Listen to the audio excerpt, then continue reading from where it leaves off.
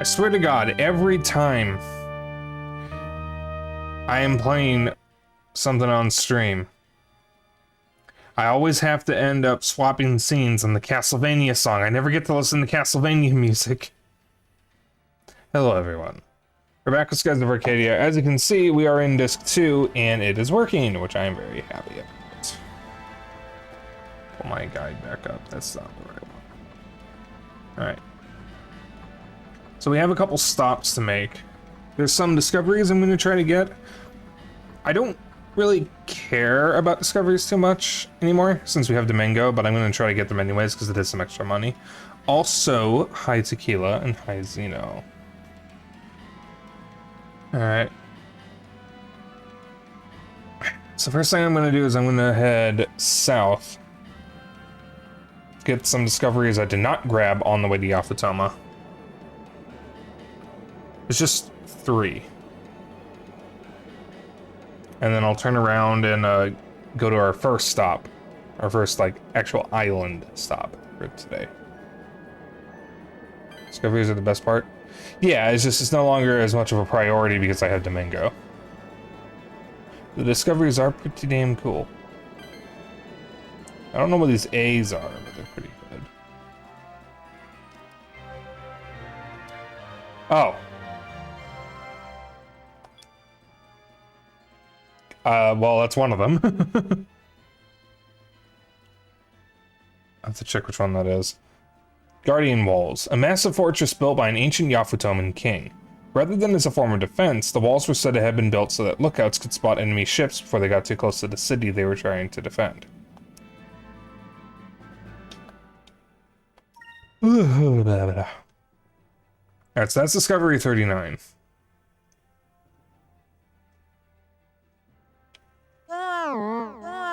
Yes, thank you for the con. There's several discoveries that gave childhood hiccups nightmares. Oh boy.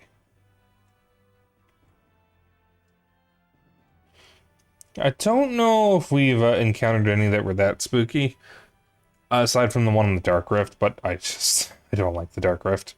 The Dark Rift spooks me. I was thoroughly spookified. Alright, so that's 39. So I'm just gonna go through this Cloud Rift real quick. And as soon as I come out, I'm in a battle.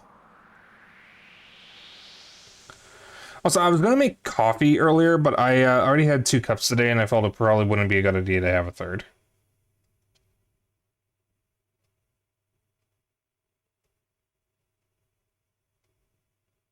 Uh-oh.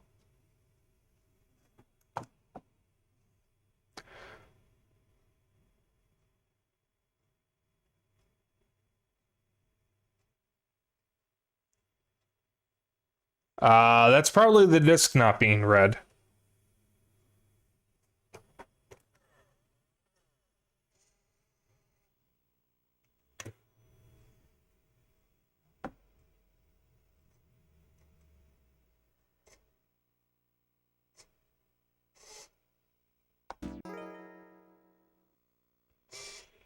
Maratuturo so rebaro.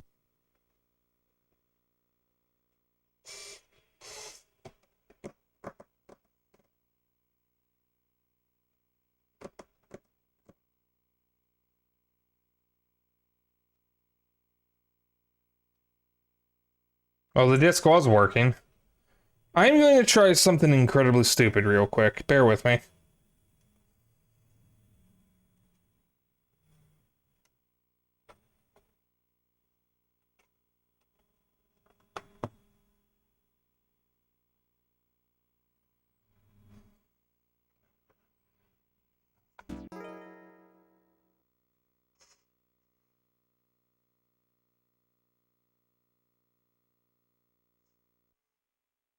You have got to be shitting me.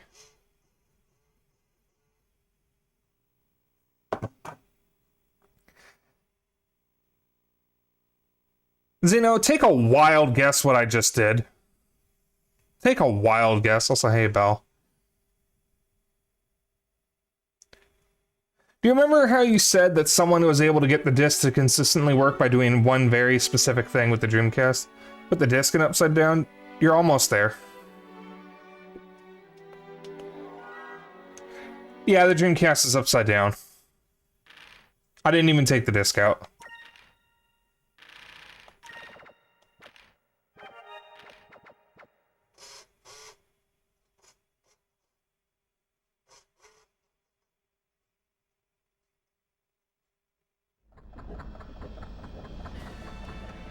Well, it better work, because I don't have another option.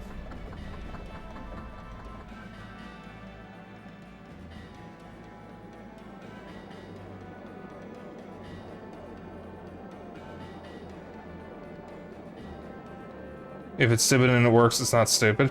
Well, I only know this works because this is what someone else did when Xena was trying to figure out what was wrong with the disc. Someone else, the only way they were able to play the game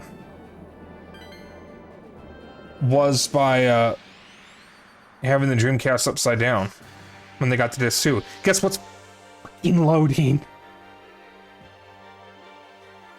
It's loading faster.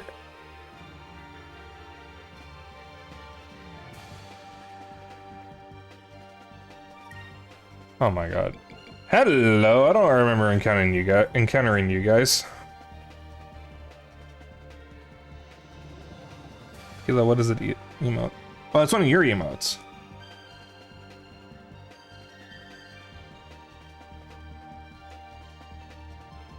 Is it? Wait. Yeah. So you just don't have this kind of thing with new games or digital games who lost some magic in gaming? I don't know if I would want to see this back personally, but that's... Hey, Lizardman. So, Lizardman, I got the game to work first try, but on the first time it had to load something, it failed to load the disc. So, my Dreamcast is currently upside down, and now it's loading things faster.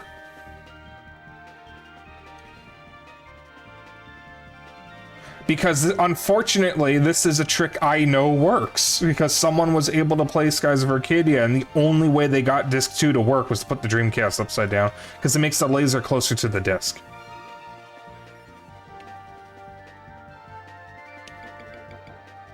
So, we're gonna be playing this with the Dreamcast upside down. I cannot believe this is working. Skies are blue. Oh, green works. Alright. Oh, wait, no, hold on.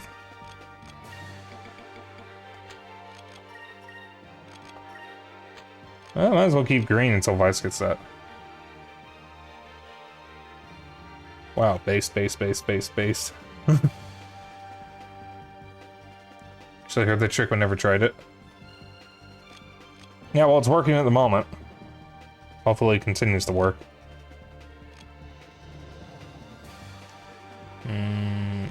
Right.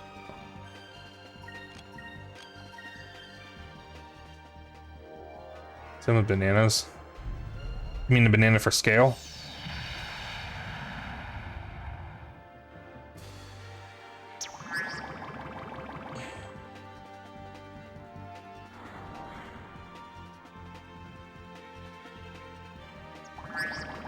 Oh boy, this instant poison. The rubbing a banana with a microfiber cloth can get rid of scratches on discs. I don't know if I would want to try that personally. You can get disc cleaners. The game shop that Zeno and I got our Switch's batteries replaced at actually has a disc cleaner.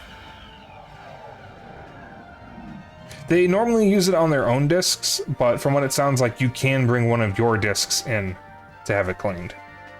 There was a game shop that I used to go to that closed down years ago that also did the same thing.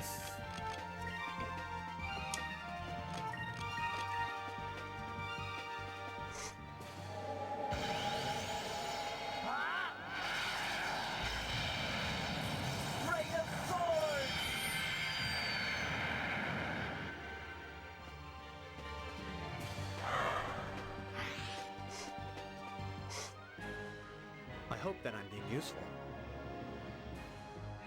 Interesting, he hasn't said that before. Yeah, I mean, I don't think it eats up too many resources to, like... Just seriously said resources. I don't think it eats up too much to actually do. I think it's just, you know, time-consuming. So they're really charging you for the time more than anything else. Yeah, this is not only loading faster. Okay, no, that's the speed that I expect. So the VMU. It really feels like it's just loading faster. Alright. Here we go. Yeah, I already read it. Save.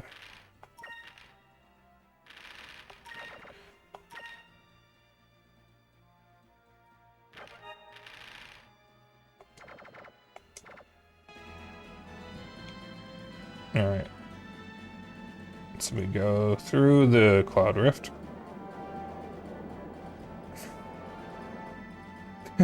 I guess Newton never expected gravity to be used for loading tricks.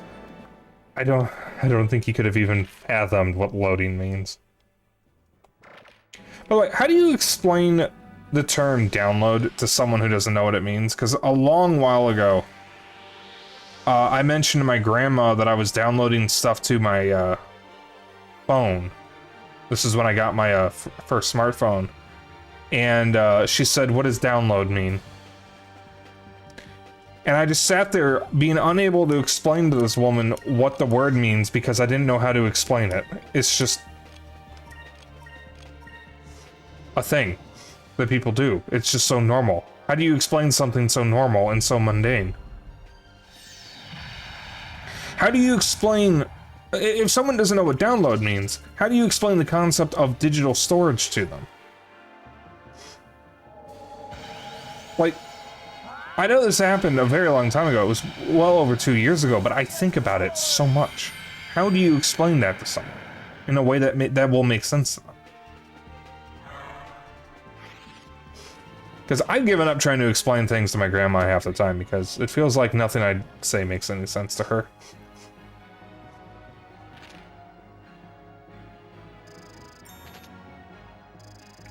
This thing was back when it came out, it might be easier. I mean, probably. Okay, let's see where I am at the moment.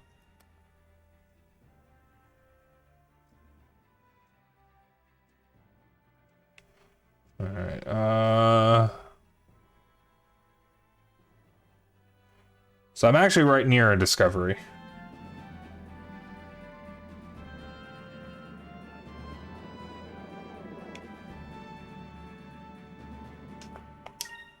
Near discovery number 38, which I missed my first time around here.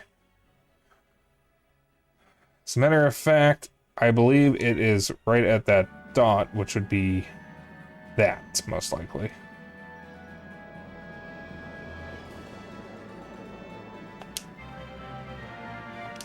Guisu's Nest. Much harder since only Nerd Talk could explain. It'd be like explaining the car to a cowboy. Egg. Although this bird builds its nests on rock faces, for some reason they always travel northwards to human civilizations to raise their young. That is why sailors have learned to recognize these nests as signs that a human city is nearby. You know, I agree with Tequila. The discoveries are the best part. I just kind of wish the discoveries would show up on the map. At least I would be able to go around and look at them again. Oh, so... this is mostly a question for the Skies of Arcadia players in chat, people who have played the game, but this is really just a question in general, I guess. If Skies of Arcadia got a remake or remaster today, there is a very good chance they would have both an option to speed up the game and an option to disable enemy encounters. How do you feel about that? How do you feel about those features being added to RPGs to get remasters? I will say, I almost only ever see it in Square Enix games. And this is not a Square Enix game. But it is a common feature I see in remasters of RPGs. Actually kind of like it. It's one of those things for me that, like, I probably won't take advantage of it aside from when I'm, like, in a big hurry. But I do not see it as a negative. It only helps with grinding. Yeah, especially the speed up function. Now, do know that you could argue turning off the enemy encounters would be good for Skies of Arcadia. If they were to remake it, it would probably be based on Legends, which does have a lower encounter rate. However, I mean, I was gonna say, are all these guys gonna run away or something? But we're turning off random encounters when you just want to explore. Yeah. Yeah, see, like, I don't see it as a negative, it's just something that I think about because I can definitely see there are some kind of weird gamers who would probably argue about it, but That was easy. I personally haven't seen any, but I have a feeling these weird nerds don't really play that many RPGs and they complain about difficulty and accessibility. Those, along with increasing and decreasing encounter rates, are standard features in Bravely Default. They're really handy for grinding. Funnily enough, Bravely Default is a Square RPG, and that's where I see it most, is in Square games. I know you could do it for the Final Fantasy X remaster. I don't know which version of the remaster that was introduced in, because I know it got a remaster on PS3 before it came to PS4 and modern consoles. I say modern consoles, but I guess that would just be Xbox One and Switch. And to always prefer map encounters, like Paper Mario. Yeah, you see that a lot with Nintendo RPGs. I feel like Nintendo RPG is a genre on its own. Alright, where am I?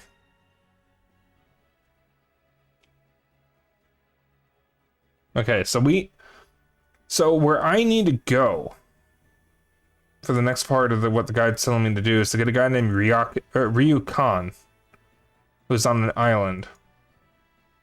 That island is actually down here, but I can't go there yet.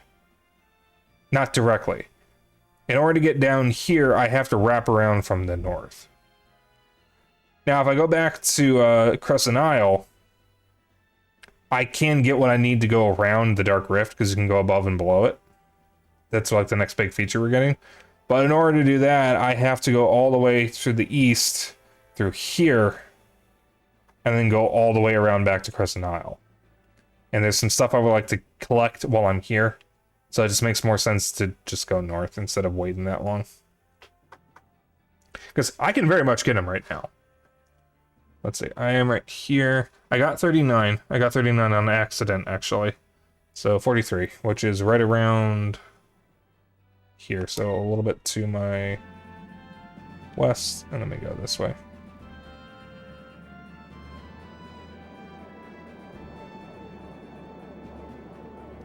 Alright, so there's another question for y'all. What's your favorite Nintendo RPG? Oh boy. Looks like this one's in the middle of nowhere. Oh. What are the odds? What are the odds that I would just bump into it? Holy shit. Exclusively? So, what I mean by Nintendo RPG is just an RPG published by Nintendo. Yeah, I mean, like, Xenoblade 3 is going to be both me and Xeno's answers. If you had asked me this a couple years ago, my answer would have been Paper Mario Thousand Year Door, but it's now Xenoblade 3. Xenoblade 3 or Chrono Trigger. I don't know if I'd consider Chrono Trigger a Nintendo RPG, because, I mean, it wasn't really published by them. I mean, okay, so it does feel like a Nintendo RPG. You know what? I'll count that. If any non-Nintendo RPG counts as a Nintendo RPG, it's Chrono Trigger. I mean, there's only 3 versions of the game, and 2 of them are exclusive to Nintendo, so. What? No, there's 4 versions of the game. I forgot about the PS1 version. But it's just a port of the SNES version. Earthbound's one I want to play. Spice Island. A small remote island where a pure spring nurtures a wide variety of herbs and spices. The water in the spring has medicinal value, due to the abundant herbs nearby. Perhaps this beautiful garden is the true fountain of youth. Wow, there are so many herbs and spices growing here. I've never seen so many in one place before. It's amazing. This place truly is a treasure island. But you really shouldn't disturb the island too much. Yeah, Suppose that we took too many of the seeds and stuff that the trees might not be able to grow back. But I'm sure it would be okay to just take a little bit, right, Vice? I swear, Ika, you and your just a little bit. Alright, we'll take something with us. Spice kale. Interesting. I don't think anyone's commented on the discoveries so far, aside from the areas. Also, I think...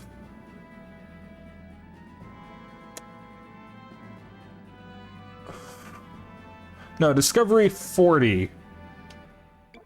That's Yafutoma, isn't it?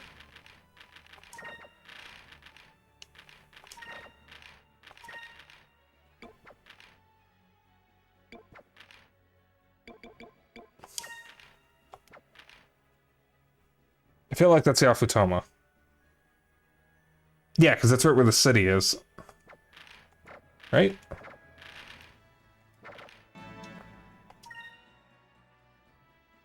Yeah, that's Yafutoma.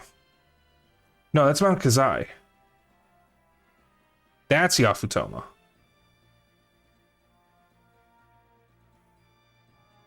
Huh.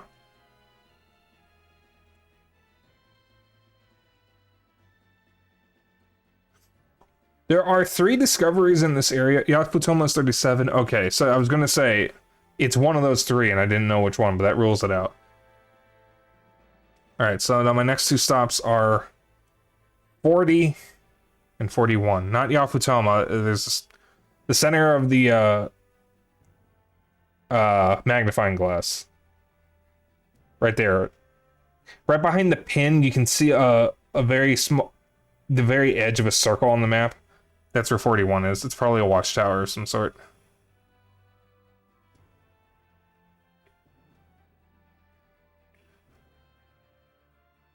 I like how one of the discoveries on the map is in black. It has a black square with a black number because there's too much white around it. Alright. That was just a straight shot to...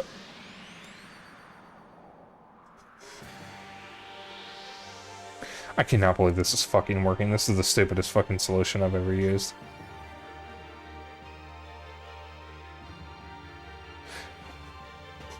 So, Zeno, thank you for looking up the stuff about the, oh, it's just a galooper. Thank you for looking up the stuff about Skies of Arcadia's second disc, because I never would have thought of putting the Dreamcast upside down.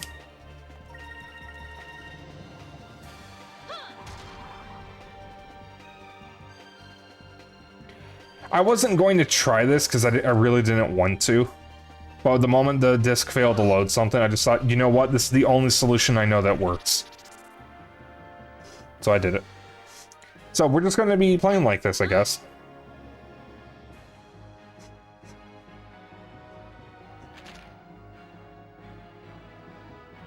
It is likely mean the disc laser is dying, just fair warning. Yeah. Unfortunately, that's just probably going to happen. We can probably replace it.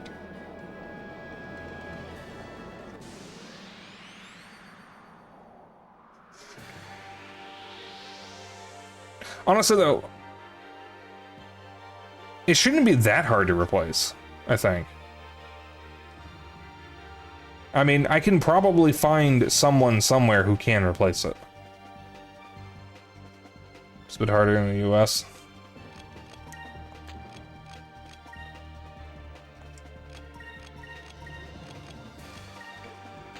Oh, wait a minute, you're on Vice.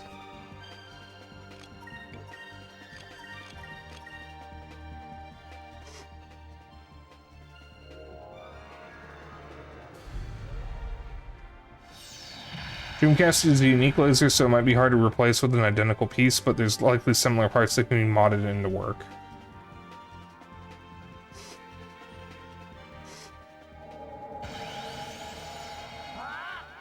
In Japan, it's easier to find old electronic parts in very good condition. I think that's because Japan, as a culture, doesn't like to move on. So they'll try to keep using old parts for as long as possible. That's Nintendo's whole philosophy. I feel like that's it. Something like that. Because, I mean, like, if you look at the history of gaming in Japan, there's a lot of instances of people just not moving on to the next format, moving on to the next console, or moving on to the new, like, versions of things. It takes a long time to move on. Like, the reason why the PS4, or the reason why the PS3 was still getting PS3 games, still getting games well into the PS4's lifespan, was because a lot of people in Japan were still buying PS3 games. They weren't moving on to the PS4. It took years. Yakuza 0 has a PS3 version, and so does Persona 5. And they came out in 2016. 2017.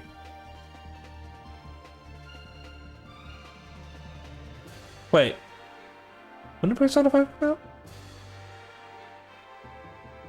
So 2016 or 2015? That's why the PS2 lasted so long. Oh, that's because it was just the best DVD player you can possibly get.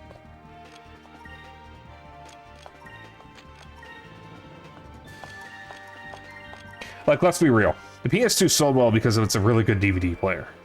That just so happens to play games. That's why it sold well. It is genuinely... Persona 5 was 2016? Okay. That means it was 2017 in the US. Yeah, it still had a PS3 version. The PS3 version did come out in English. Because Persona 5 was announced as a PS3 game. And I think Yakuza 0 also had a PS3 version.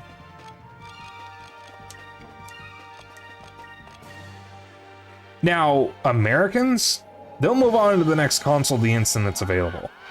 Xeno and I are weird. We haven't moved on yet. But that's because we have reasons for not doing that. At the moment, we don't even have space for another console. We'd have to move something out of its current spot in order to get a PS5 or Series X. And we just haven't figured that out yet. Bias, what was that? Exactly, but also the library wasn't focused on a few genres. That's true. I mean, like, you look at most consoles and you can definitely see a genre or a couple genres that just stick out. I'm assuming that is a Discovery. Or that's a ship. One of the two.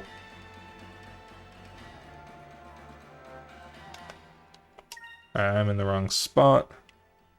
Yeah, I need to go follow here. It's probably on this landmass. I'm gonna save after this battle.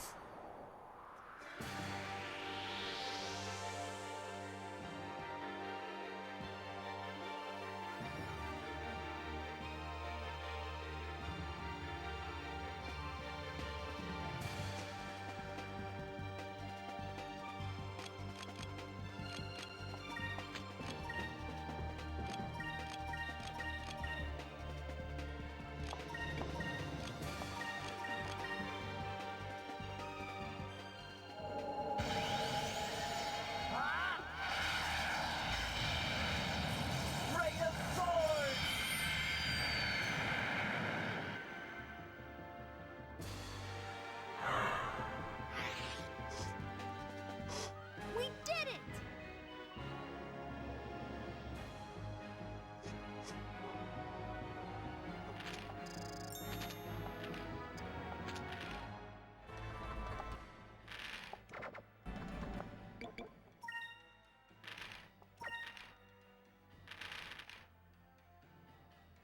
Depends, think you're odd for preferring Persona 4 over 5. I know someone who prefers 4 over 5.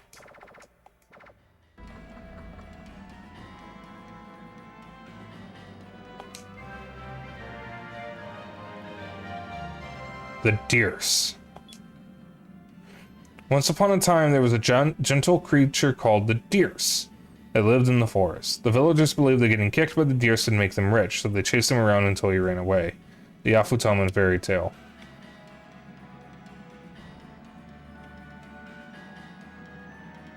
Alright. That's just gonna be there, I guess.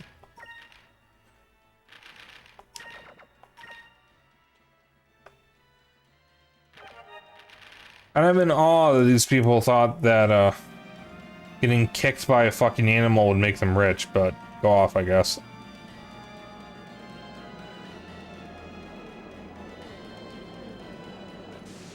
Shit.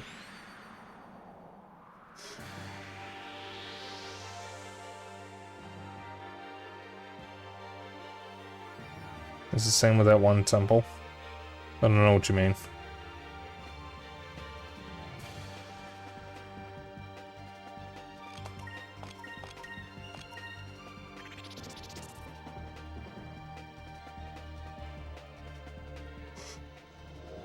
Where people would jump off, and if they survive, they would be super lucky and find true love. I am not familiar with what you're talking about. Vice? Vice? Vice? Oh my fucking god. Can you hit Vice, please?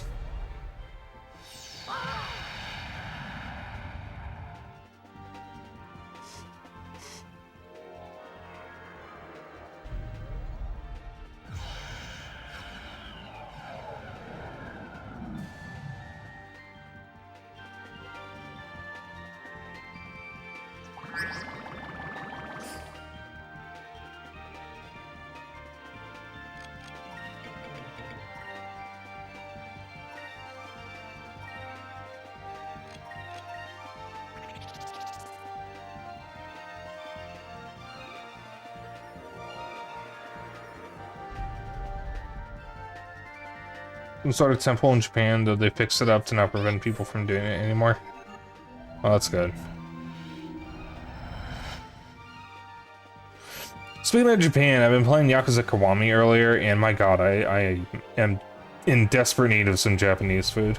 What I'm really craving isn't really Japanese food, I'm craving a teriyaki burger. Zeno used to perform in a taiko group, and the community center that had that group. During some of the festivals at the center, they would have teriyaki burgers that were just grilled there. And my god, those things were heavenly. I miss those damn burgers. It shouldn't be too hard to make, because I think it was just a burger that was grilled and then covered in teriyaki glaze or something. Yomizodera Temple. Okay. So that would be Dera. Dera.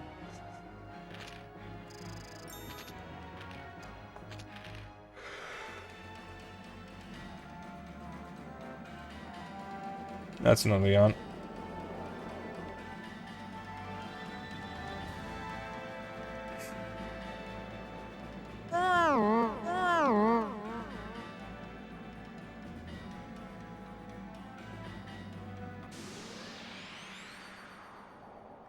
$755.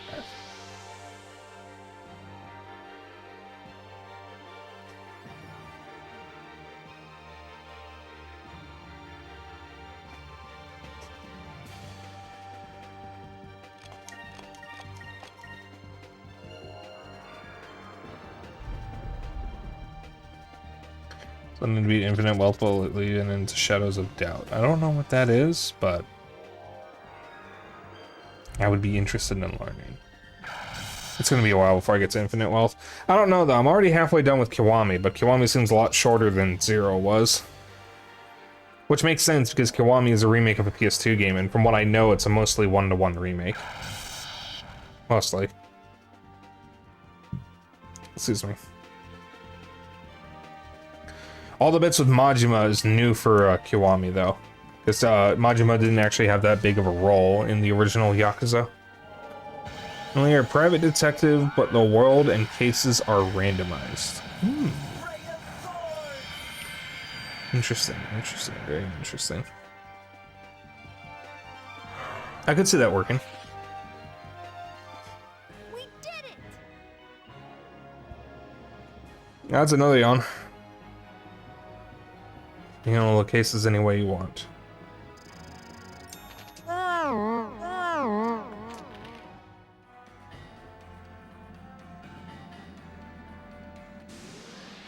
Can I please just look around here? My god.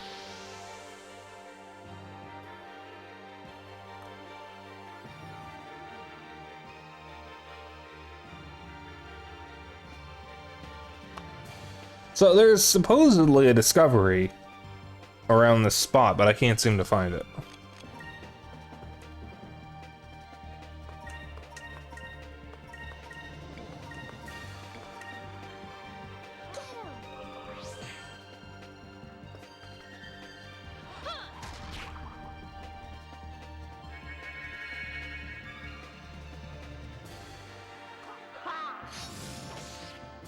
What are you looking for? 40. I think. Yeah, that's a 40.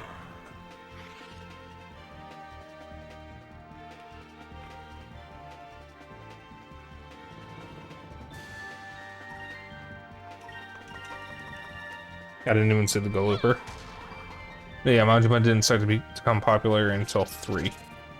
Yeah, I know he's barely in the original Yakuza, and he's almost like not even present in 2. Or maybe it was 2 where he was popular, I don't know. I do know that,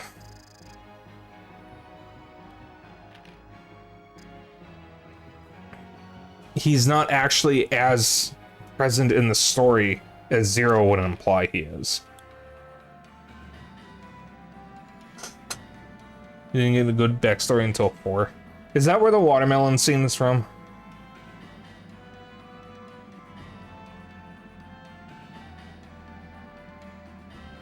Amazing. I love that meme.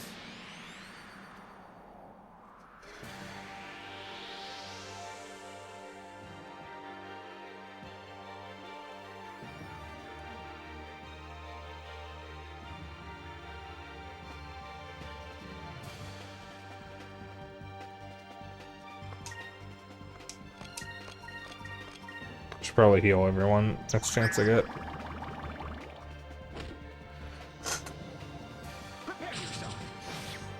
Also, that when you played as Tiega, his sworn brother. Oh. Yeah, I know in Yakuza 5 you can play as Saejima, who is my other girlfriend's favorite character to play as. 40 can be a bit of a tricky one sometimes. It's around the mountain and sometimes slightly north of it, and it'll resemble a group of fish according to the wiki. Interesting.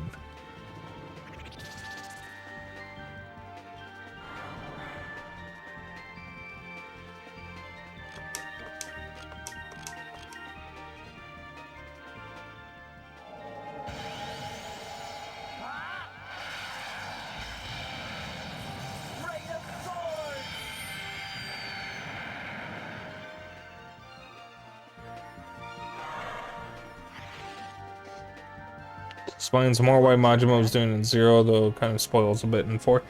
From what I know, Zero actually spoils stuff that's revealed in the later Yakuza games. Because people who play Zero first think that Zero is foreshadowing, but it's not. It's referencing things that already happened, technically. Remember correctly, try to be as high up as you can be, and you should find it relatively quickly. Okay. How high up as I can actually see. Oh!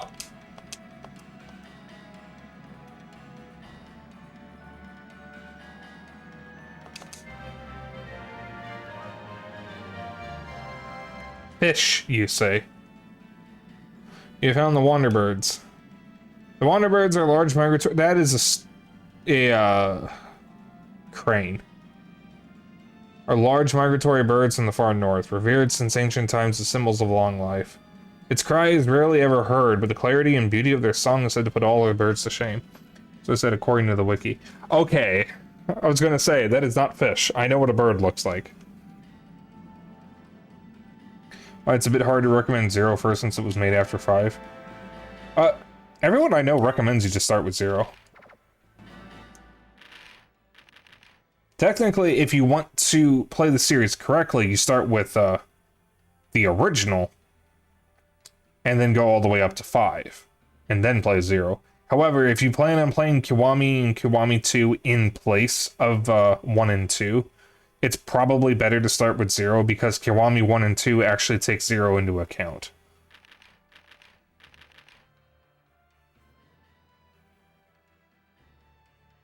What was that in? Oh.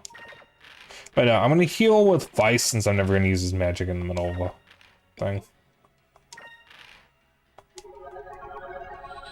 So I love how this game handles magic, because as long as you're doing this, you can never waste MP because it only ever costs 1. There is literally no reason to not use Sacrum every time. Because you literally cannot waste MP as it always costs 1. I think that's hilarious.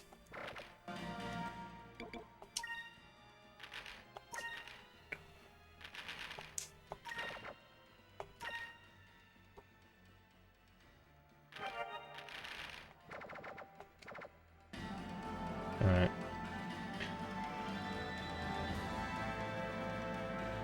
That's all I can get for now. There is a 55 over north, but that's not something I can reach yet. Alright, now we get 45, which means going very far north. Past Tenko Island.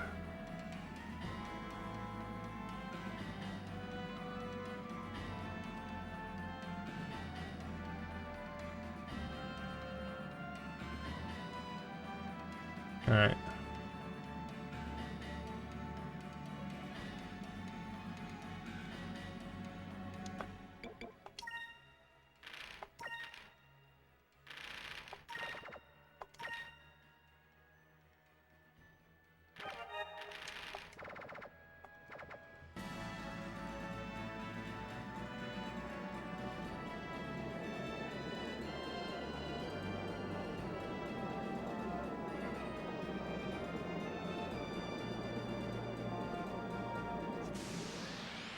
Oh, there's something up there. It's probably 55, whatever that discovery is. I can actually see some discoveries that are higher in the sky that I can't reach.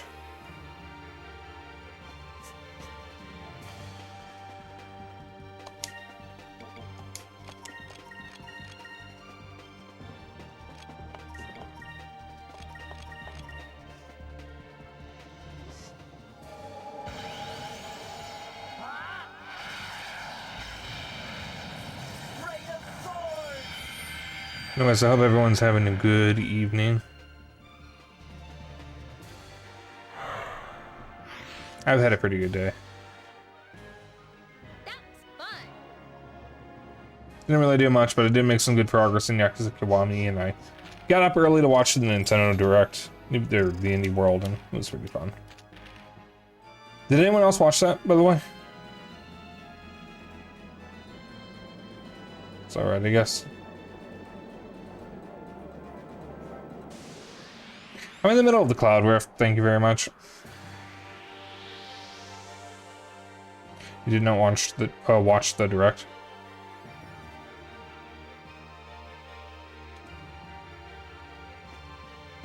Talking about your day. I don't know what I said in response, because I do not remember, and I have the attention span of a goldfish. But I figured you did not watch the Direct.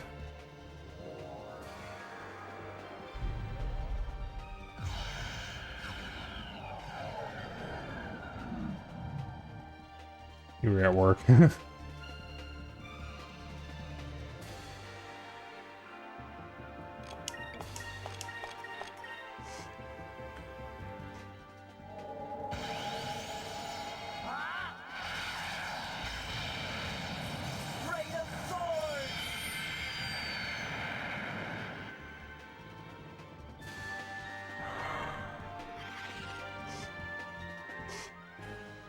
We did it!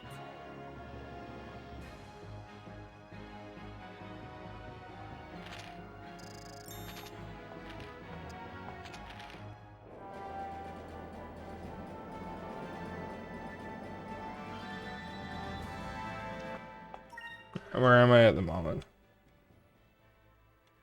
All the way up here. And if I keep going for a moment.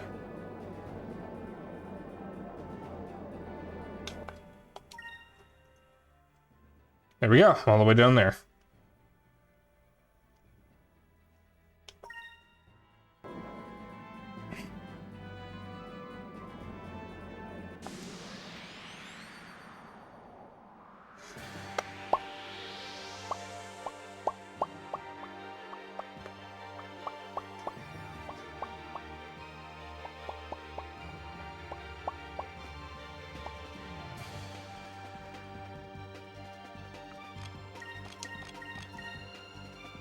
This guy does not look friendly here.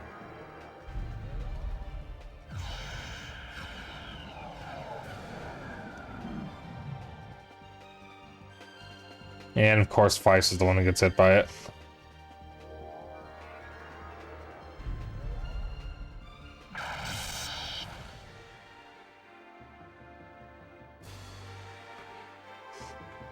So as far as the Nintendo Direct goes, the main thing that I am excited for is SteamWorld Heist 2 because I love the SteamWorld series. I am going to be streaming the games at some point because I have most of them on Switch. And I've never finished any of them.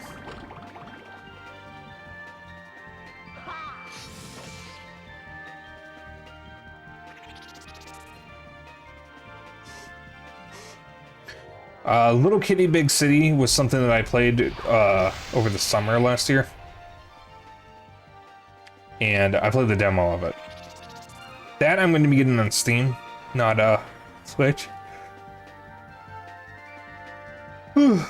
Well, that's another yawn.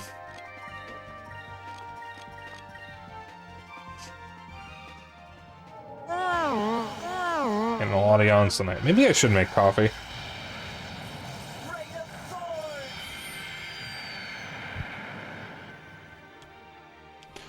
Zeno, in your opinion, I have had 1 cup of coffee and 1 cup of decaf. Would it be bad to have another cup of decaf?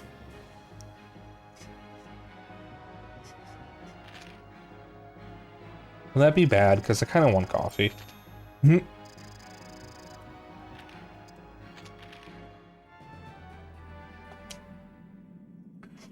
don't see why would it be bad. Alright. And then I'm just gonna be right back.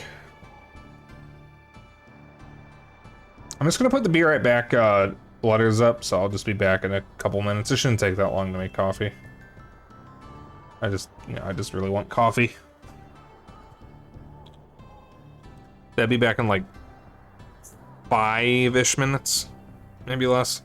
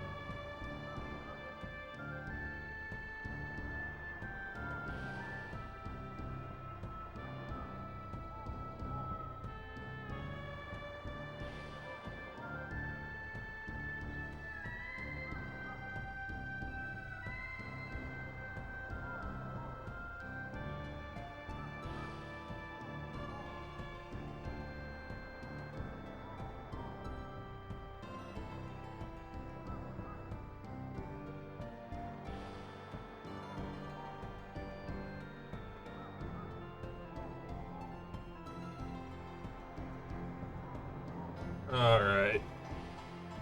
Just give me a moment here.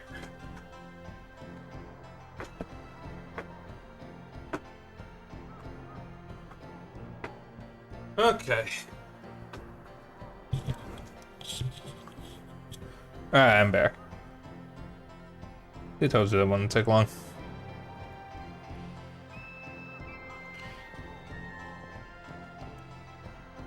Even though I don't know you, I can sense courage welling deep inside you. Perhaps you might be worthy of my attention. I am known as Ryukan. I was once a well-known swordsmith. Now I am but a lonely hermit. I'm Vice. One as old and wise as yourself would probably know this, but these blades that I use are called cutlasses. Old one, would you like to accompany us? Lend us your strength and your skill. Well... What's this? I feel a great sense of courage from deep within your spirit. You are truly a brave soul. Perhaps you are the person that I've been waiting for all these years in solitude. Very well, I will travel with you, young one. And I will forge you a blade unlike any known in this world. Artisan.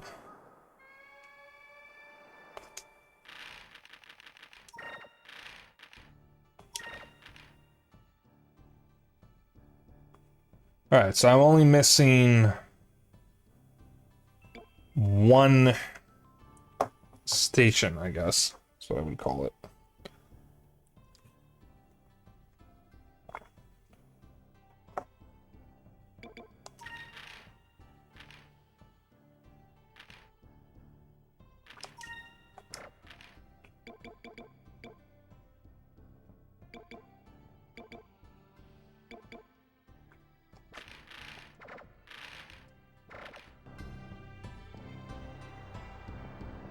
Yeah, it's a nice little house.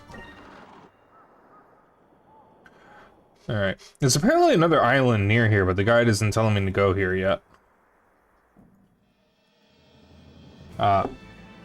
Hamacho Island. Weird thing is, it almost looks like it's in the Dark Rift.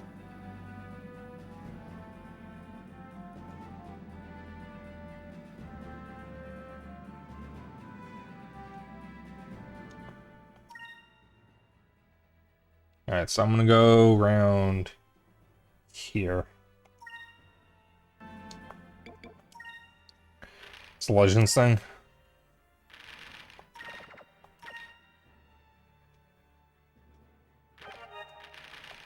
Alright. Well, the guy's not telling me to go there yet, so I'm not even gonna bother.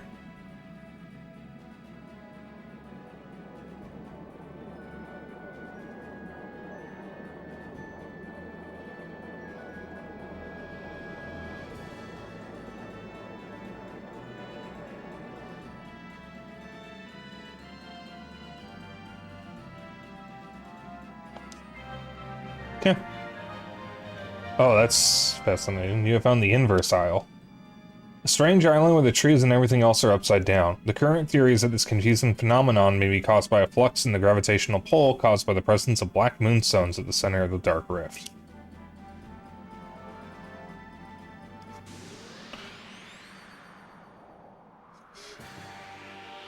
Alright. So let's see. If I go... Oh, wait a minute, there's a 44 over here as well. Actually, it was in the Dreamcast version, but you had to download it. It's also in the above the Dark Rift. Okay.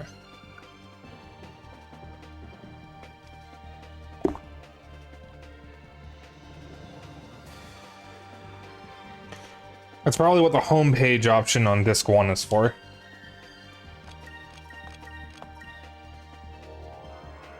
Alright, so I see 44 is down that way.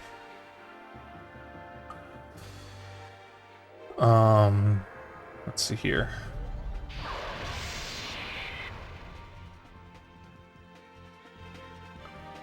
Becca is over there.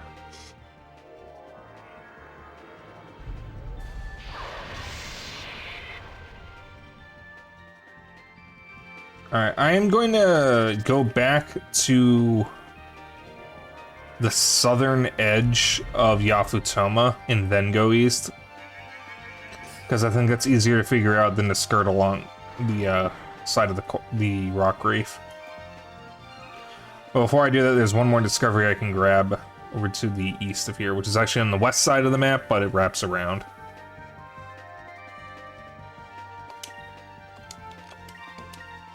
God damn, this is some banger-ass coffee. This is some serious gourmet shit.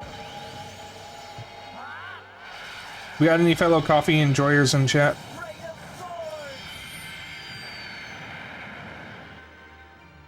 This is a brand called Marcella, and it's their gourmet coffee original blend. We won! We won! It's actually very good. I do like me some coffee. So I was about to say I have a hot take involving coffee, but I have been told this is actually an ice cold take. Starbucks is mid.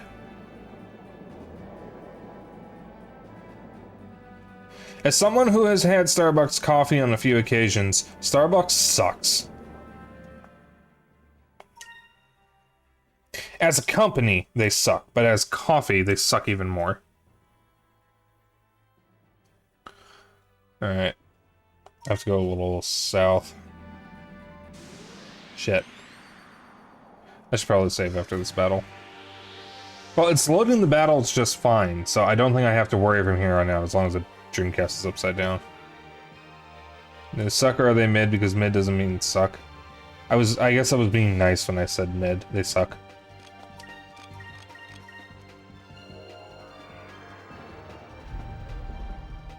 The coffee is over-roasted and it tastes awful. It's so harsh because it's over-roasted.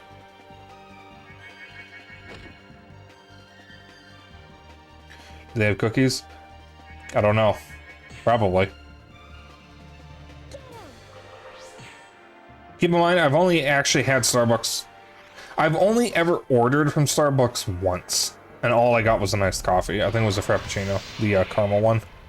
And it was okay. But I've had their bottled coffee and I've had their K-Cups, and those absolutely suck.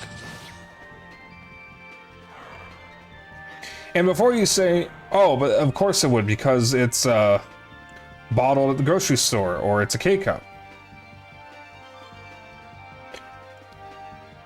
But I've had Dunkin' Donuts the same way, and it's actually pretty good. So... pronounce the second name caramel or you're cancelled. I actually didn't mean to because I normally pronounce it as caramel. I don't normally pronounce it as caramel.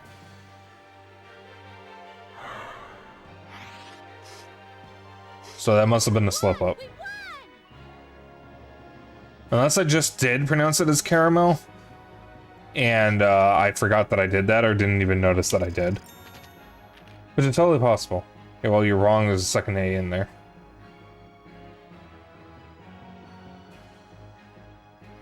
It's pronounced caramel. Around these parts, we pronounce caramel as caramel. Oh, what the... What?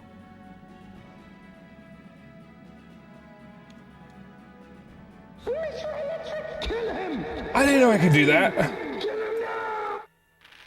Also, no, please. Mr. Electric, no.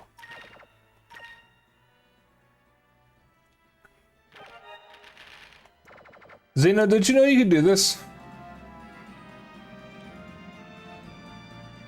Oh my god, you can actually move like this.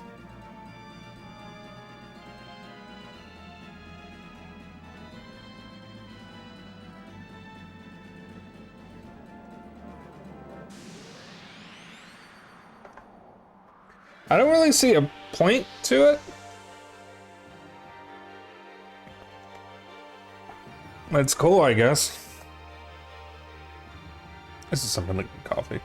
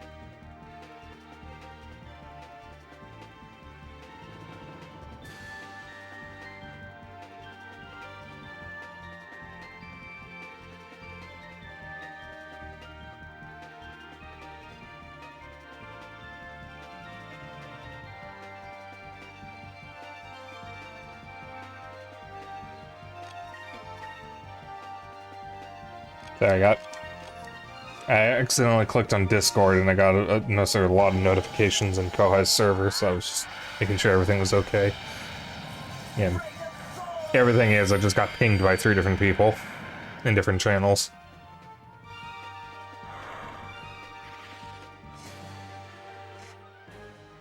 I hope that I'm being useful.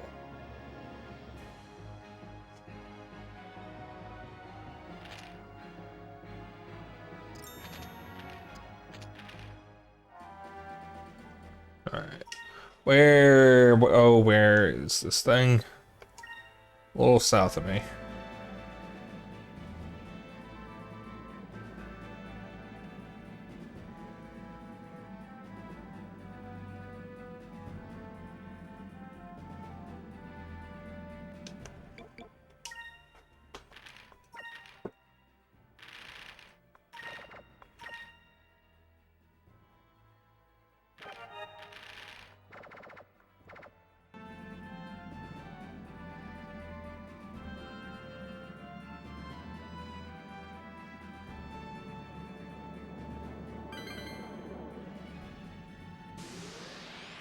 Just wanted to grab that real quick.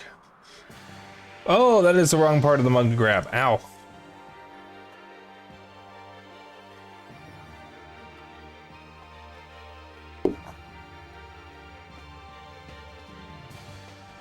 I grabbed the hot part of my mug on accident.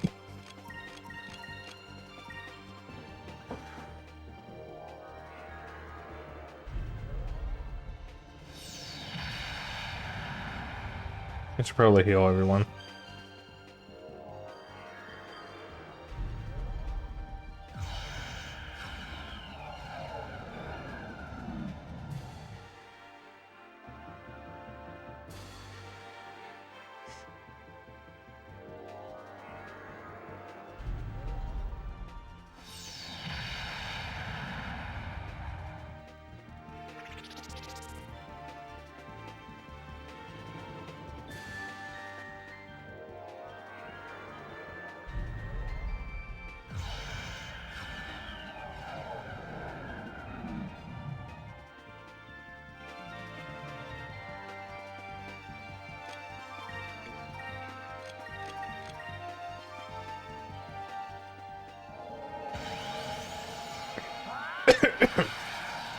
What the fuck?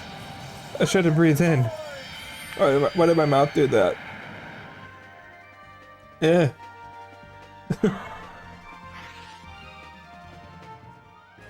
I think I accidentally snorted.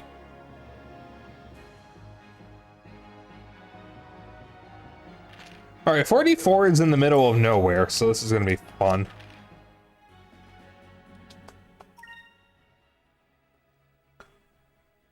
I am slightly off to the east, though, so I need to go a little west.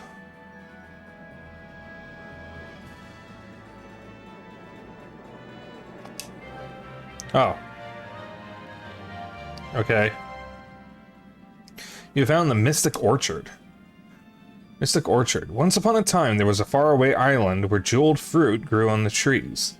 A young man took one of the fruits to cure his sick mother, but in return had to come back to the island to become one of the magical trees. The Yafutoman fairy tale.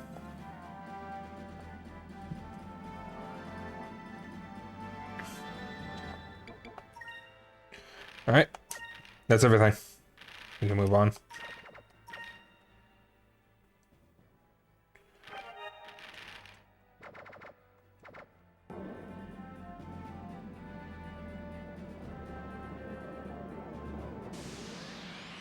So I just go south. Oh, I gotta go west first. Well, you know... Actually, wait a minute. I suppose I can go south from here.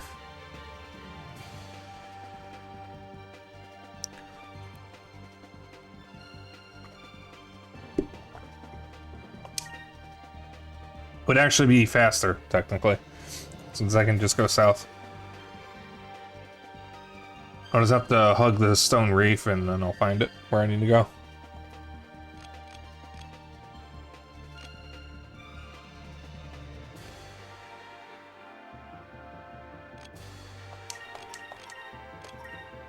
So we gotta go back to Horteca for the next stop to get Hans. And then we can go back to Crescent Isle.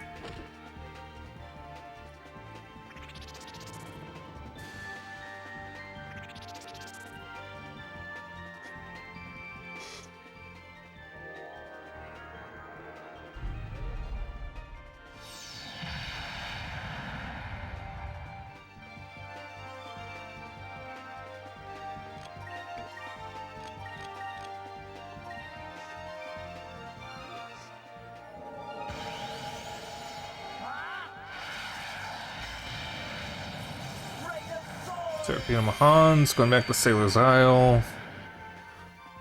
Okay. Find the items you may need, rest of the end. Confronting Piastol, can't do that because it's not in this version.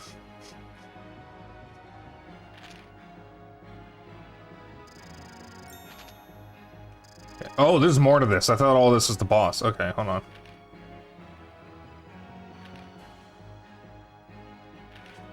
Oh, Esperanza, yeah, okay, speak to Dawn.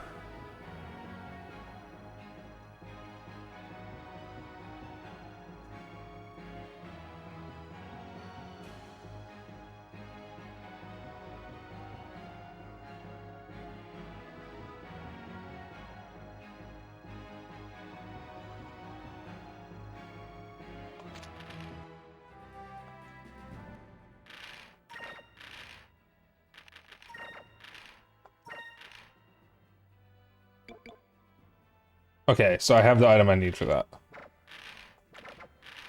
Alright, just checking something.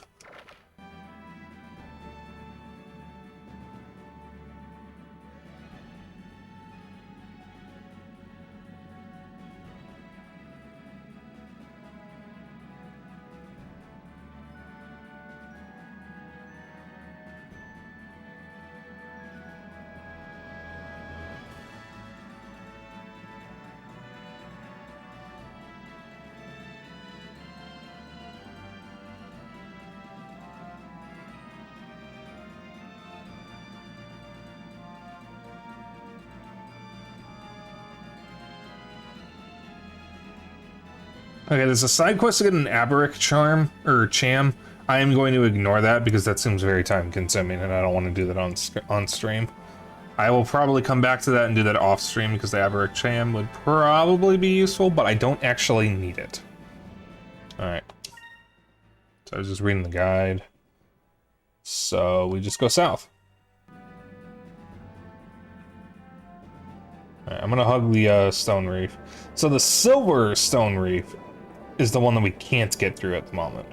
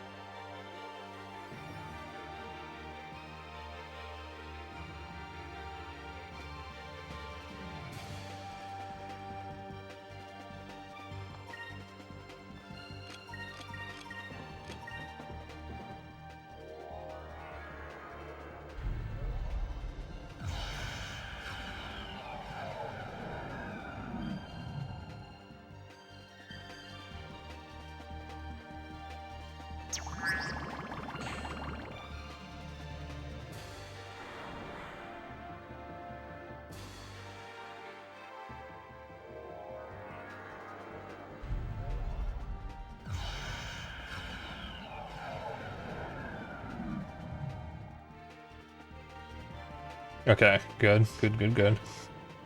Oh boy.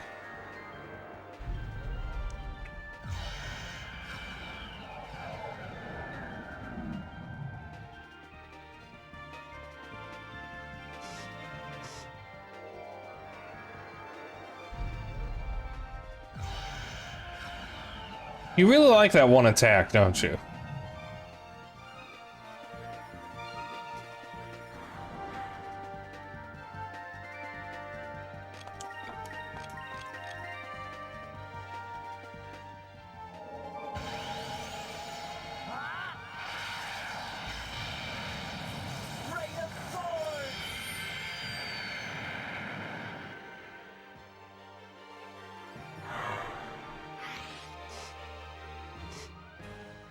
We are victorious.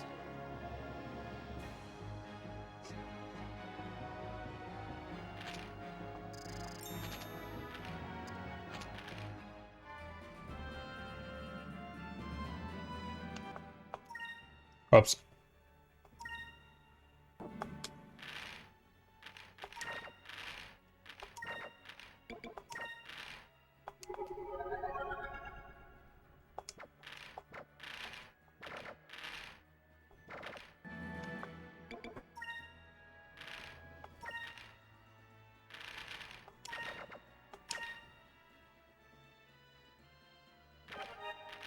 Yeah, we're still technically in the frontier lands. So theoretically, we just keep following this, we'll eventually find the hole the villains blew into it.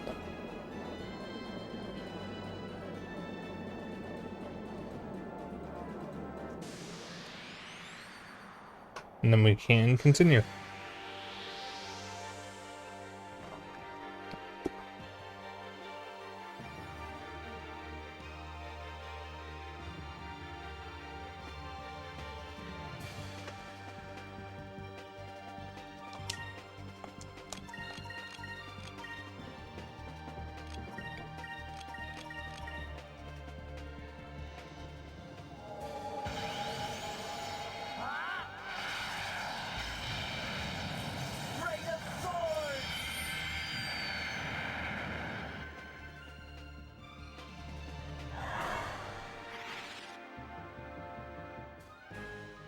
That was fun.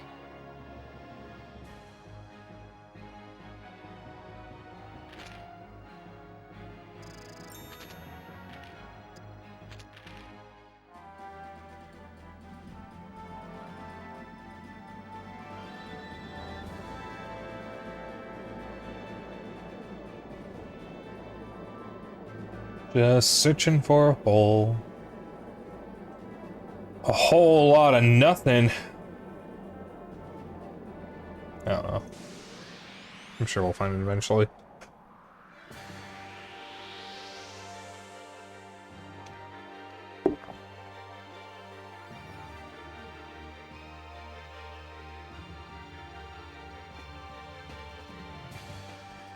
This is some damn good coffee.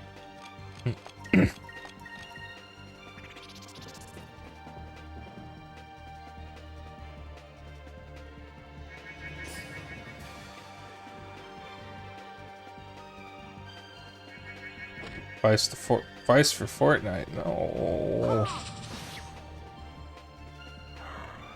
He doesn't even use guns.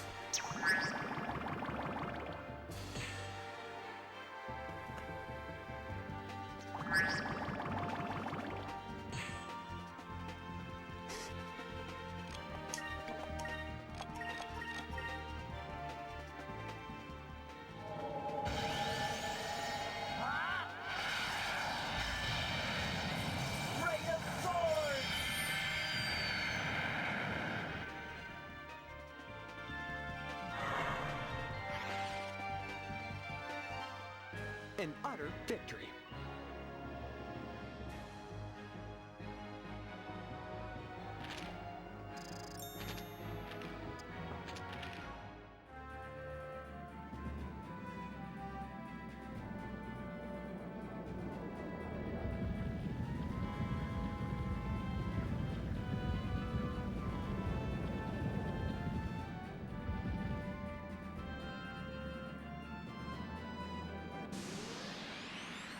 Wait, did we find the hole? Was that the hole? Looked like there was a gap for a moment there.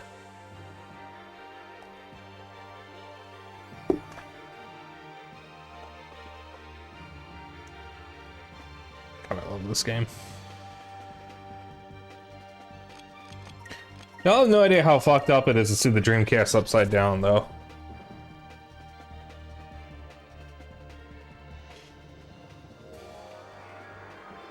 But I mean, it's working, and if it works, it works. I don't really care about anything else right now. I'll have to figure something out about the laser, though.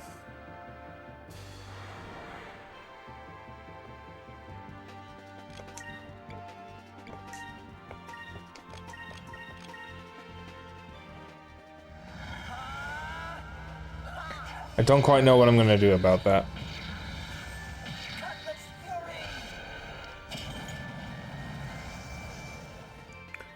But I'm just going to live with it for now. Is it over already?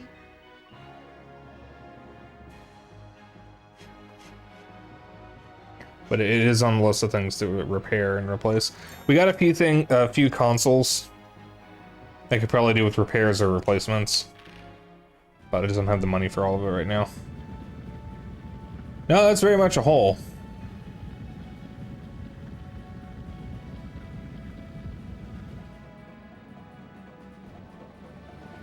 You know, it was awfully nice of the Valuans to leave Ixataka alone when they blew a hole through it.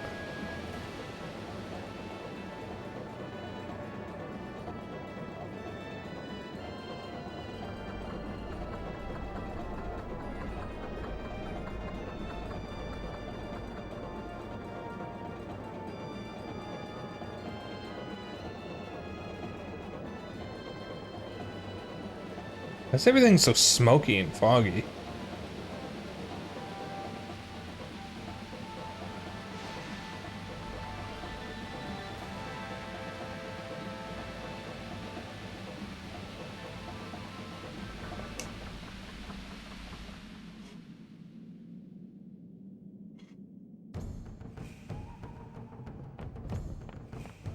All right. I don't remember which one was Hans. I'm going to assume he's the captain of the ship that crashed here.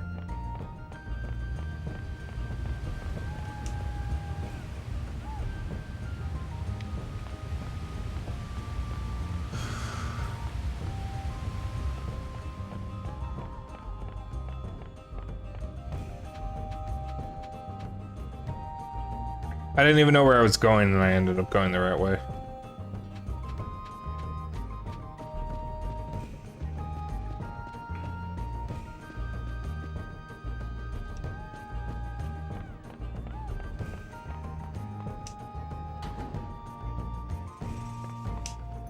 Not sensing. Alright. That's Hans. Oh, Mr. Weiss, hello. You're a captain now, aren't you, Mr. Weiss? Congratulations. Right now I'm working as a factory technician, but when my stint here is over, or that is, I wonder if you would be willing to take me on as part of your crew. I'd like to be your ship's engineer. Of course, Hans. Of course, Hans, it'd be great to have you aboard. Really, Mr. Weiss? I can be your engineer? Thank you very much. I'm so excited to be working with you.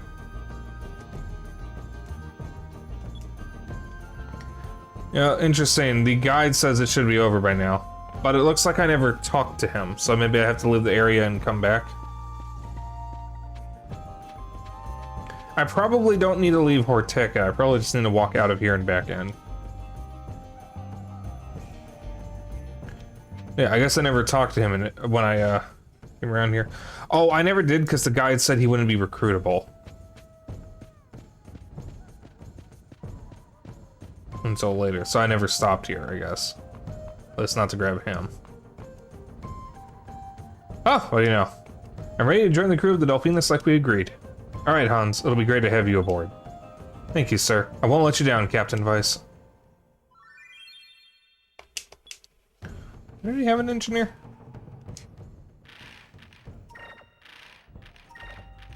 That's everyone. Or that's every role. So we're only missing 1, 2, 3, 4, 5, 6 people.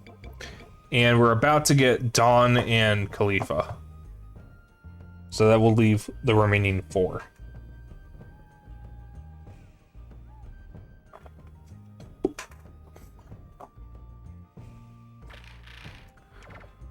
If Drachma is still alive, I wouldn't be surprised if he's one of them.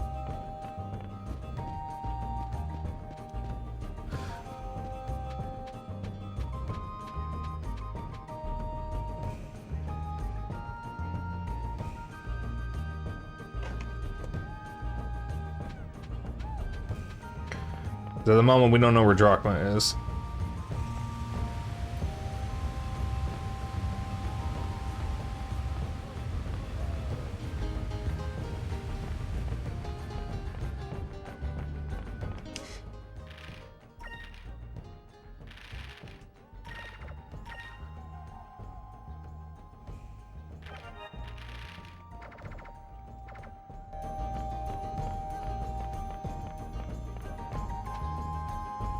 Alright, now that I have every crewmate type, I am going to go and talk to everyone on my ship because I want to see where everybody is because I think that's a really cool thing to have.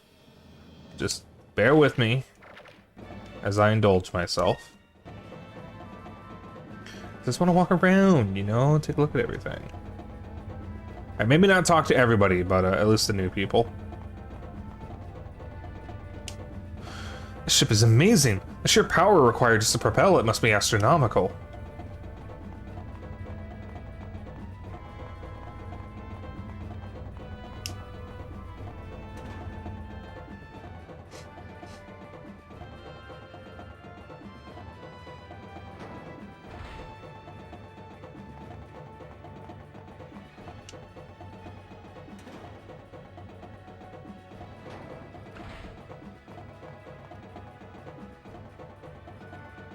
Because I was going to do this during last stream, but then the disc 2 thing happened.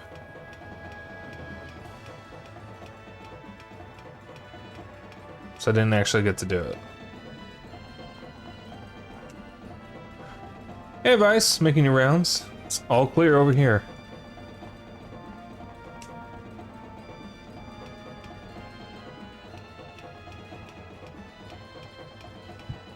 Ugh, excuse me.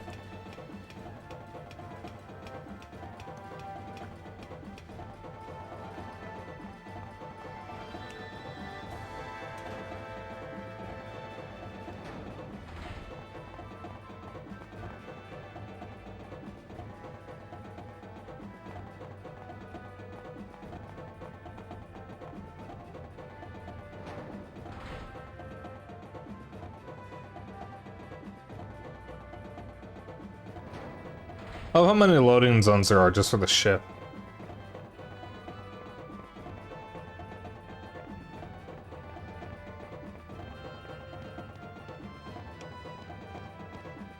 Oh, Pow's down here now.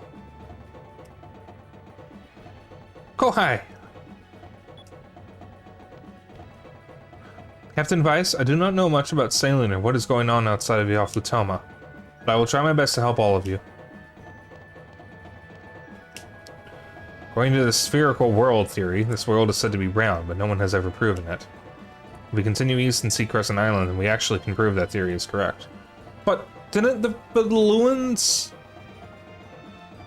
go through the stone reef? Like, didn't they prove? I don't understand what we're proving. Like, I mean, the balloons. They went east. West, actually.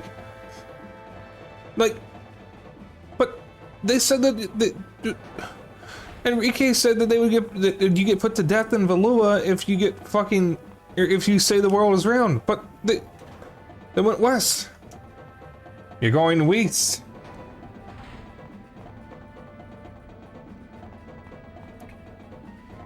I'd like you to know that I will be watching you to make sure that you are worthy enough for me to be on your crew. I determined that you are not the man that I believed you to be initially. I shall immediately get off of this ship. These guys seem like they're having fun. Yeah, that part doesn't make much sense. Yeah, well, it doesn't make any fucking sense.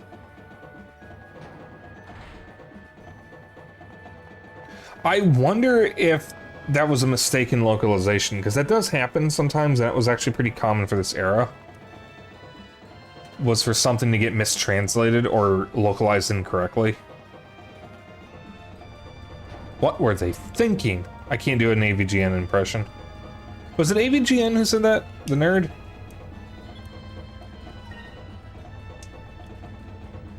Was that a nerd quote, or is that a Nostalgia Critic quote? Yes, okay. I've seen a few episodes of the Angry Video Game Nerd. I didn't really grow up watching him.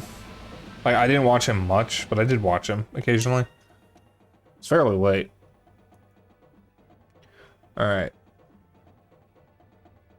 So I can just literally cut straight east from here to go to Esperanza, and then I can go to Marimba. Or Maramba. Oops. I like how I opened the map and then looked at my tab that has the map in it anyways. Wow, we got so much on the map now. I'm also gonna save on here. And then we got some stuff we can do at Crescent Isle once we get over there. So yeah, we're not making a whole lot of story progress tonight, it looks like. Bro, this ocean is mid. That's true.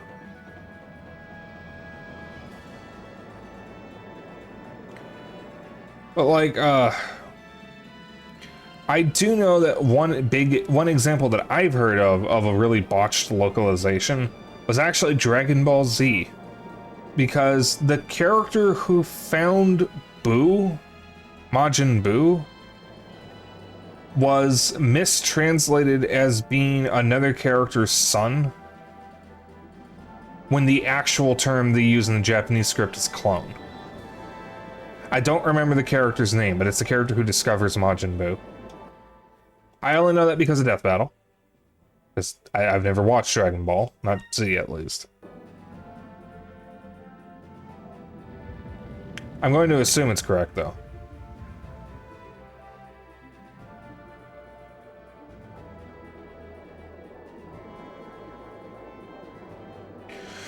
Where am I?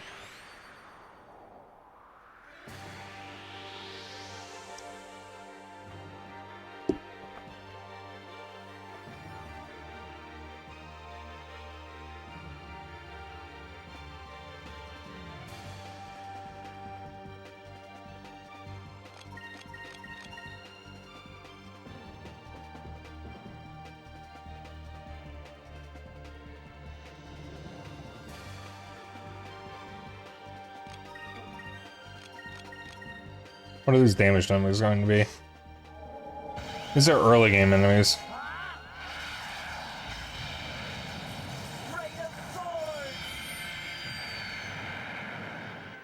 Yeah, that's what I thought.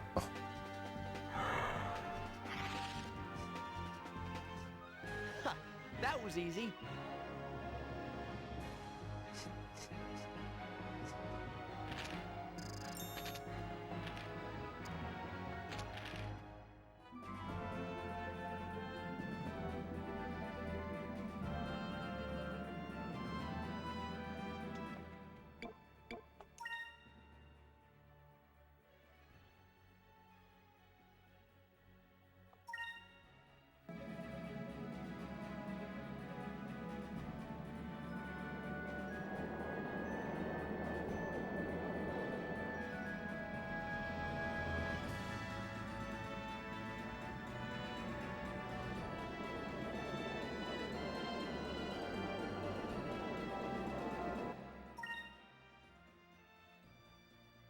Alright, we're very close to Esperanza.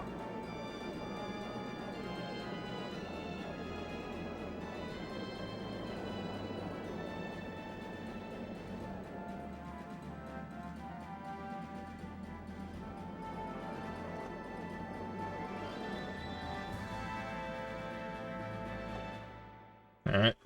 Now we're recruiting Dawn. Oh no, it's a sad doggo. He looks so sad. Why he's sad? Why do they have to make him look so sad?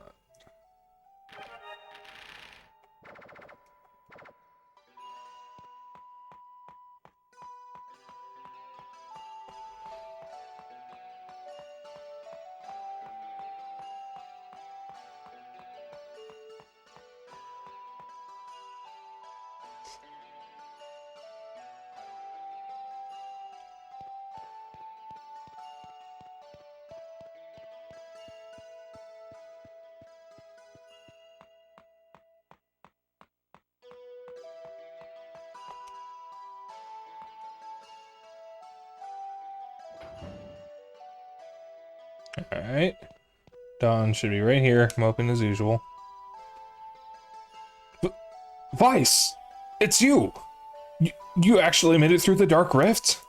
Yep, and I saw everything that was beyond it, too. You really know how to rub it in, don't you?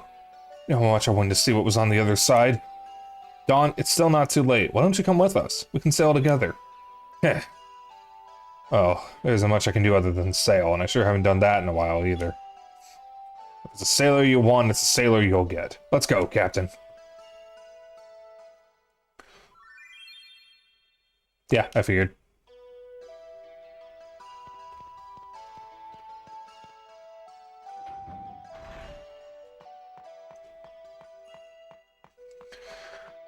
Guys, I just realized 10 days from now, Kohai's gonna do his new debut, and I'm so excited for him. I better see some of you there.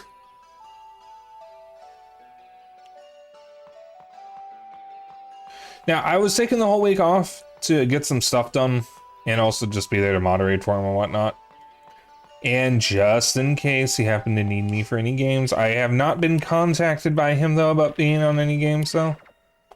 Which is fine, because I wasn't going to force him to. It's his debut, he can do what he wants. But there's a chance that he might pick me to do something with him. And if he does, I'll be sure to let you know when that happens. Also, next Monday, I will announce the games for Metroid Mania on stream. I've already announced them. I'm going to announce them again. Because it's been a while. We're going to be one day short because May 1st is going to be part of my break, unfortunately. But that's fine. 2 of the games in the marathon I've already played, so it's not like I... Huh? Huh? What's the huh for? It's the Halos, man.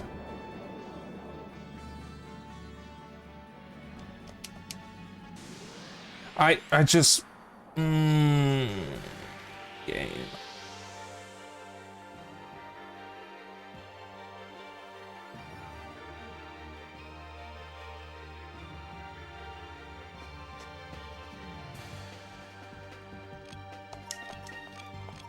Back, front.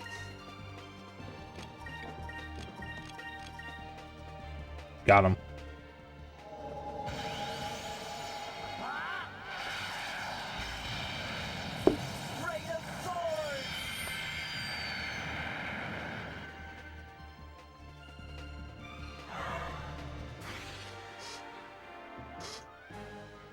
That was fun.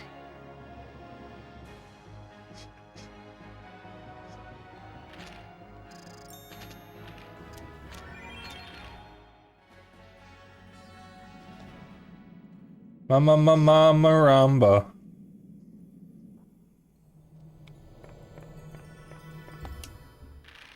You know, I actually had Weird Al's parody of La Bamba stuck in my head the other day. Actually, no, it was earlier today. Because Weird Al did a parody called Lasagna. Oh, wait a minute, there's a guild here, I think.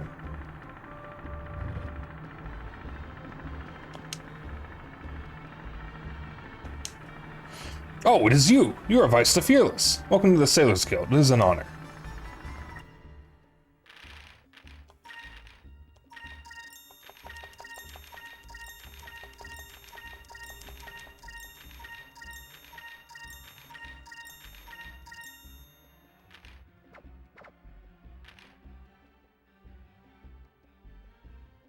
And then you having the Matlock theme stuck in your head?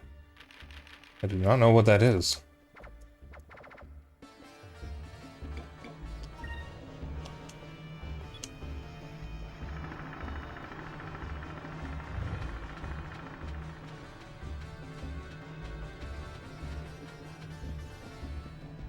Alright, so we gotta go through here, and we gotta rent the Dabu to go to the other side of the village.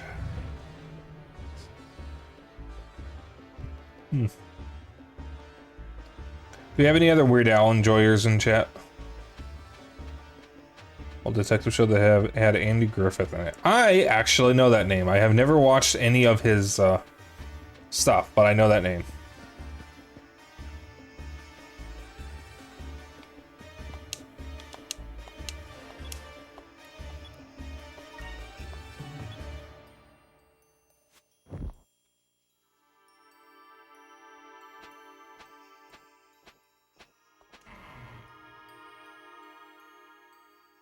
Like, Weird Al. I think we used to talk about Weird Al occasionally.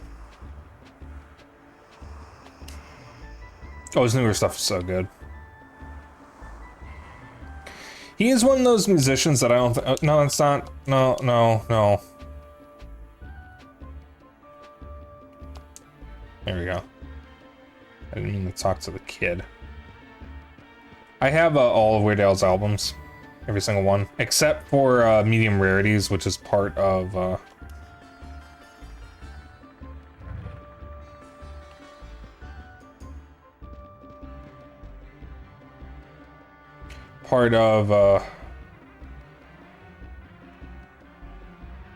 the big accordion box set. Are you Khalifa? No.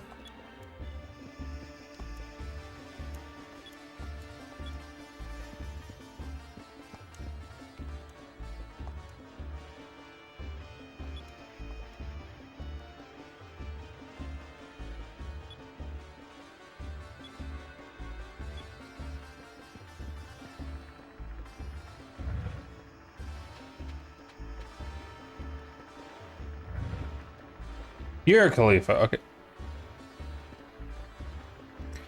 Mr. Whoever you are writing this guide, are you aware what southeast means?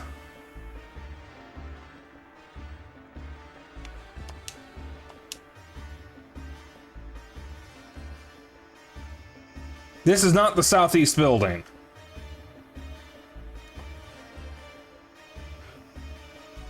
Weast. Oh, God, not that again. Welcome. You. I have seen your face in my dreams. It was a dream in which someone holding a Suiren blade beckons me into the sky. Suiren blade? I've got one right here. What? Then perhaps it was you who came to me in my dreams. It is that the red moon has decided my fate. I cannot go against the will of the moon. I am henceforth at your service. I am Khalifa, seer of the red moon. I am the most renowned fortune teller in all of Nasir. There is no future that I cannot see.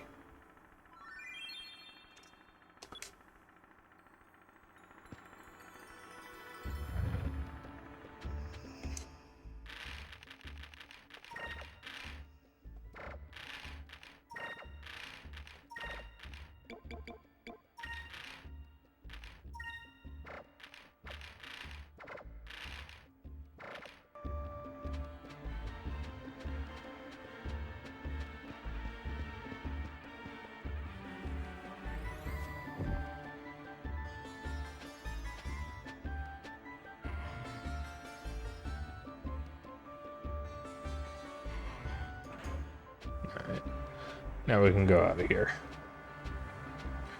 And now we can head... Yes, we can go back to Sailor's Isle real quick. Because the guide recommended going there to pick up some items. Probably wouldn't be a bad idea to also restock. Oh, wait a minute. I almost tried to leave with a Dabu.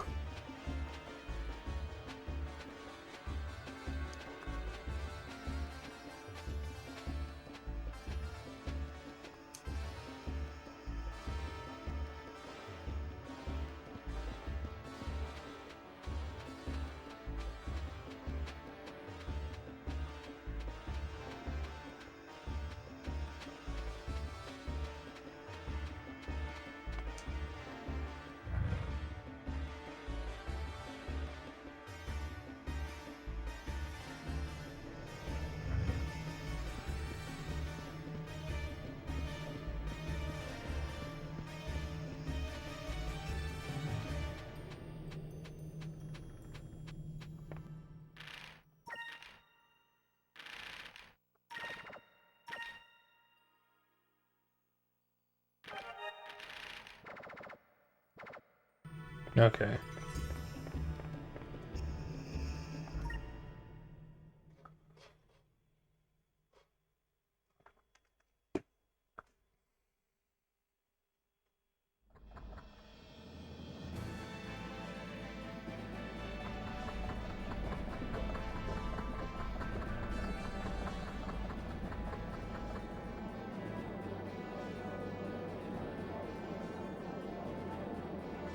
I was just trying to get my bearings. We're gonna go to Sailor's Isle.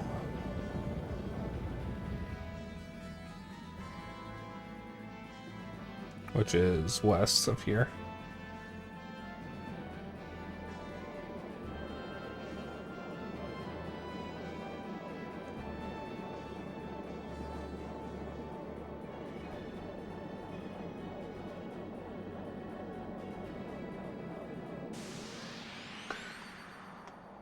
And then we're gonna head over to Crescent Isle.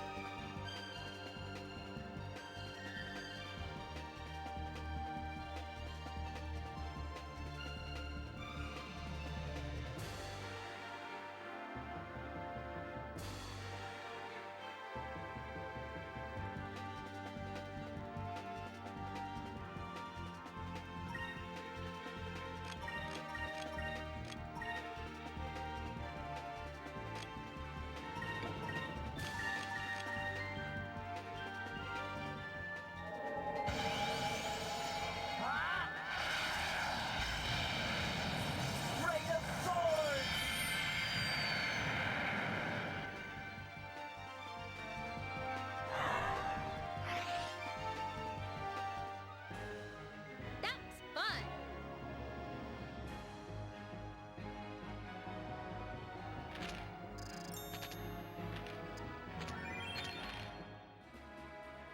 The interesting thing is coming up in Legends would be a very interesting situation where if you were to check your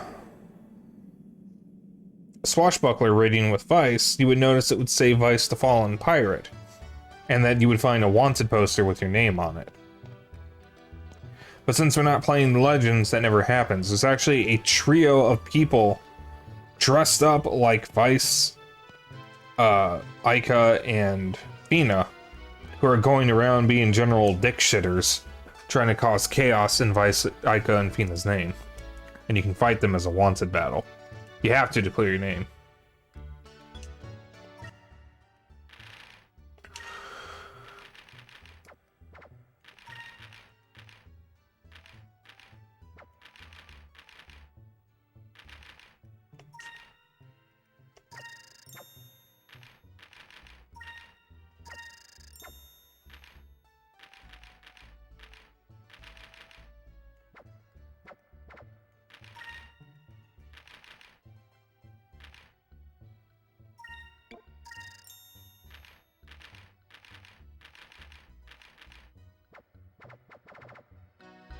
Looks like all the items are available. I don't really need anything at the moment,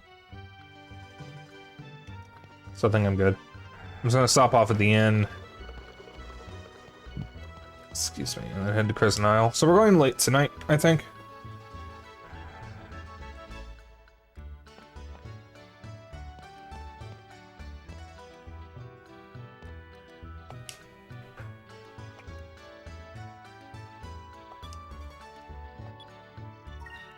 We're probably going late at least.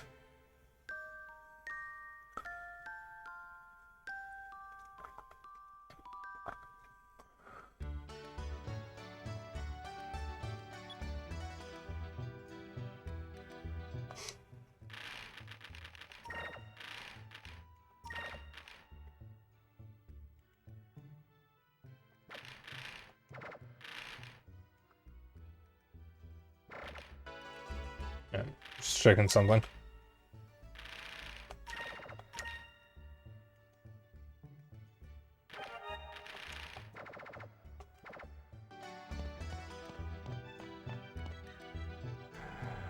Alright. Let me head to Crescent Isle.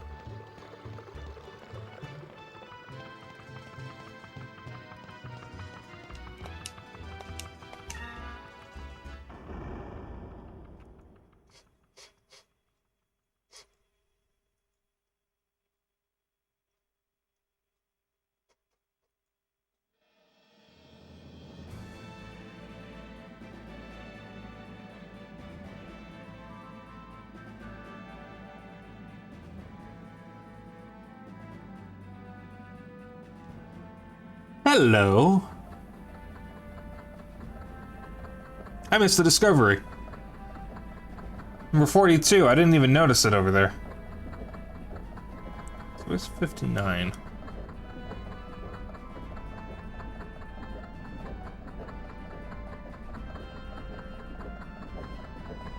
Discovery 59, there it is. Okay, I see it's an area I can't get through. Can't get to yet, alright. So remember to grab number 42 at some point. Alright.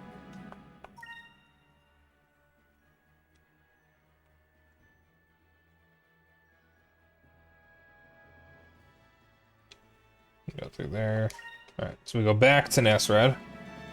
We're not going into Nasrad, we're just going past it.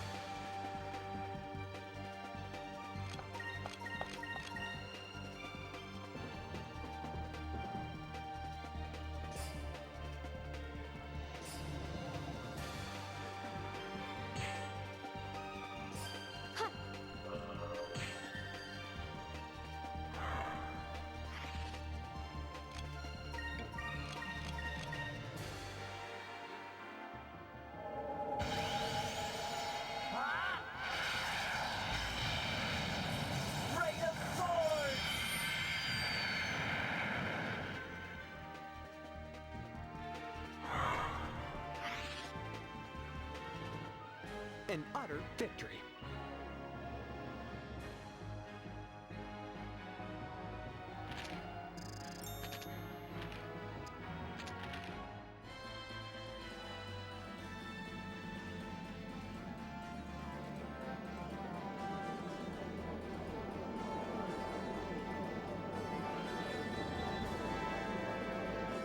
Alright. You know, based on where I'm at in the guide, I think we're coming up on the end of the game. There's definitely something up there.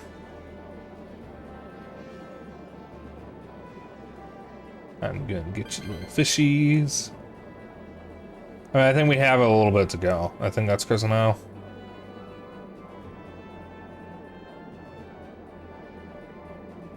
Hey ho! That looks a little different.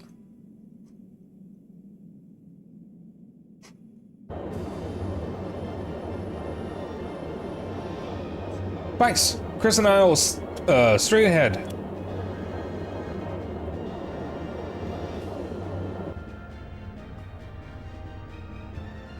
Yep, that's Chris and I all right. It looks different. We reached Crescent Isle by flying east from Yafutoma. That means we sailed around the world. You have found the world is round. Oh my god. Until now, no one knew what lay beyond the end of the world except for Valua because they already did it, and it was commonly thought to be a long, turbulent drop into nothingness. But after the Blue Rogue Vice returned from his voyage around the world after the Valuans had already gone through it, it became known that the world was round, despite the Valuans already knowing.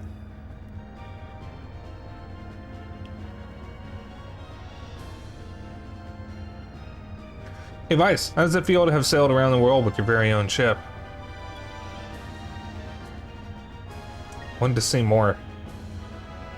I want to see more. I don't think I'll be happy until I see the whole world. Like, it literally doesn't make any sense because the Valuans already blew a hole through the reef. Did they just not think about it?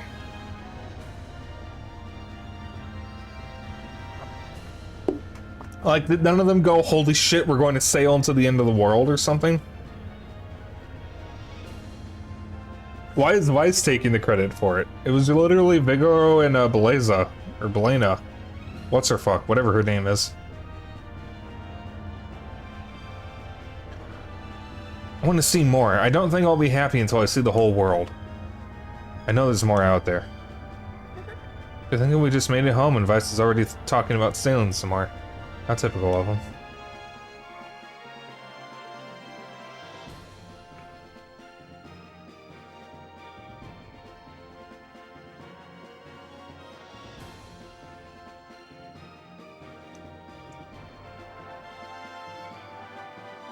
To think this used to be a forest. It ruined the ecosystem of this island. Looks like there are some new buildings that weren't there before. Yeah, no shit. Ismail probably built them while we were out or gone with the money that we gave him. I wonder what Crescent Isle looks like now. Hurry up and land, Vice.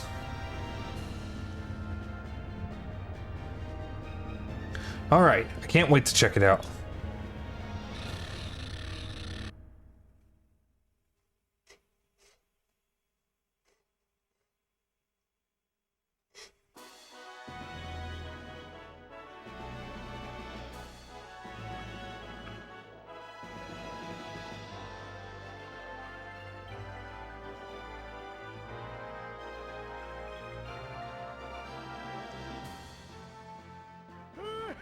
Welcome home!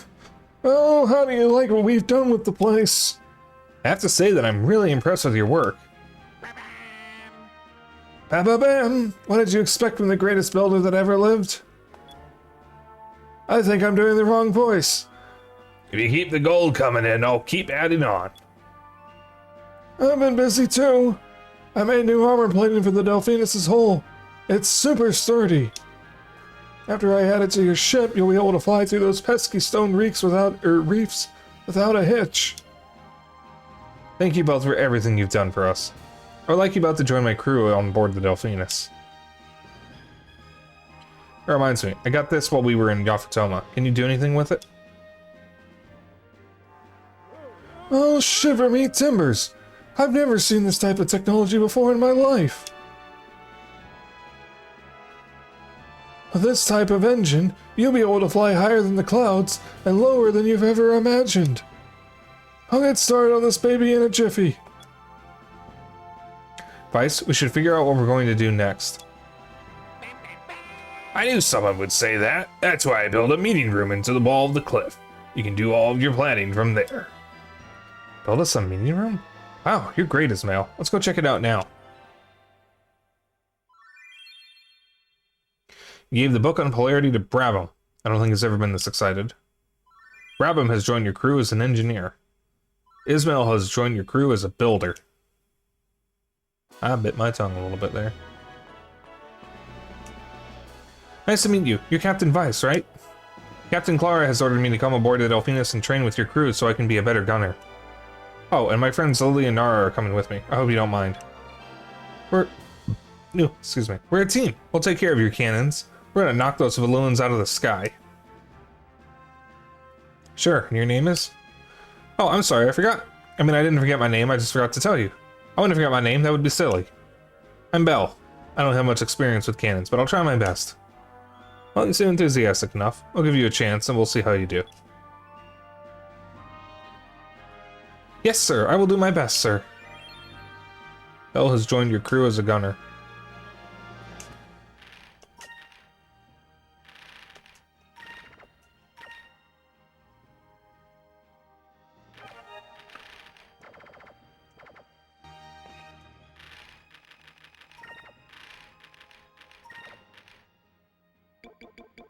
Alright, so the only person left is another artisan. But when am I going to recruit them? I'll run a store here on Crescent Isle. If you need anything for your ship, just let me know.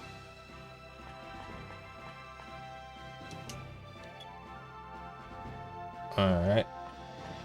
I was going to leave and come back to check something, but never mind, I guess.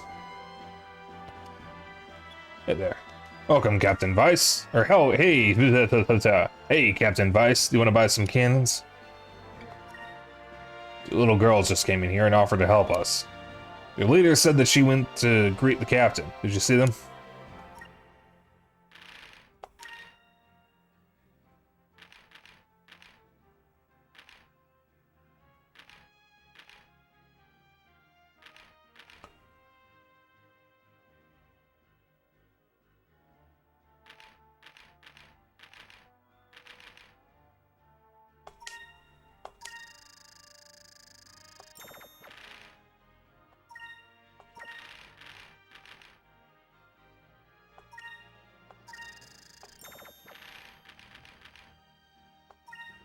I'm gonna have two different kinds of torpedoes because that one has a high level of spirit. So I'm not gonna equip it on both.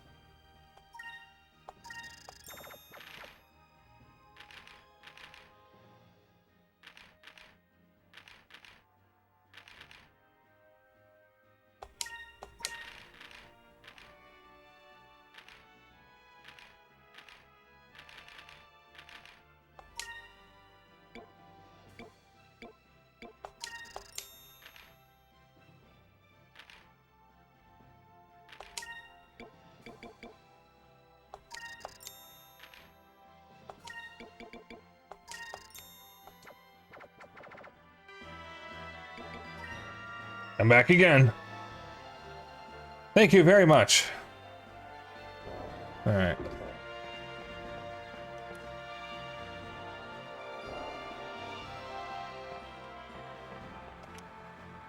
You hired me to do a job, I'm doing the job. I'm not obligated to talk to you when I'm off of your ship.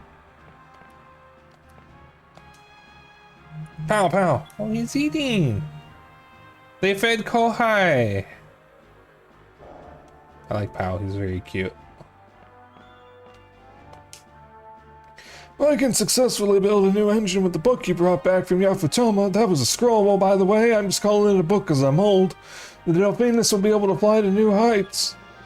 While you're out on your next voyage, I'll be studying and building. Yes, sirree. Make sure you use the meeting room that I built for you. There isn't a finer meeting room under the 6 moons.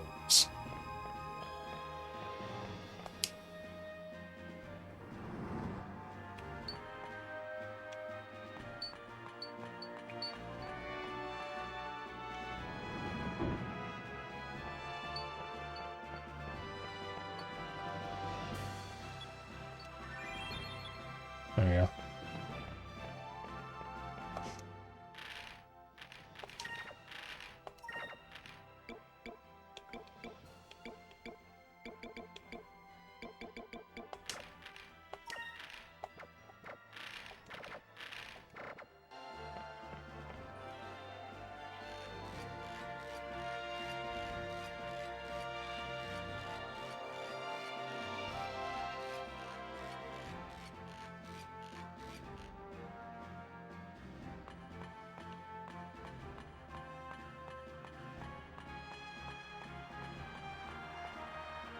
I like how there's a staircase and a pole. I guess the pole is to make it faster to get down.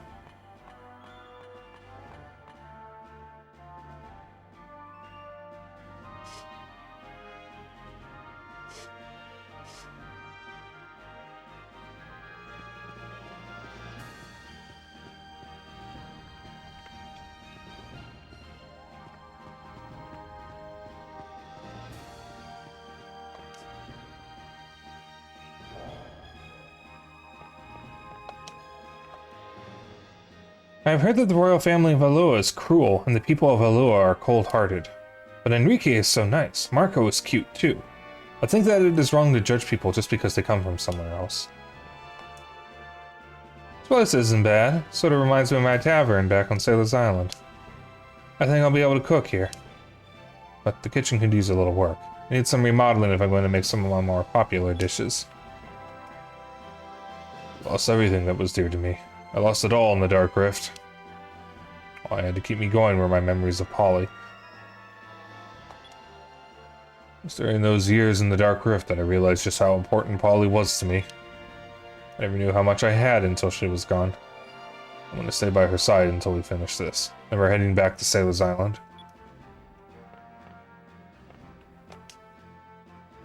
I heard this place used to be a desert island. Deserted island. I figured it would be even more depressing than Esperanza. You've got a good variety of food and drinks here, and you've assembled quite a crew. Doing a great job. Oh, Vice, this is a really nice tavern. Wish I could serve Yafutoman food to everyone on the island. But I guess it's impossible without renovating the kitchen. Do they have a desert island? I don't know if I would. Oh, don't worry about it. I just missed my kitchen back home. Well, we gotta talk to your older sister. The one who could snap me in half like a twig. This is a very beautiful island that you found, Vice. This pond reminds me of home. It's relaxing. Huh? And they have a desert island. Okay. Okay, I somehow missed an S. You heard me, Xeno. Wish I could just sit here like this forever.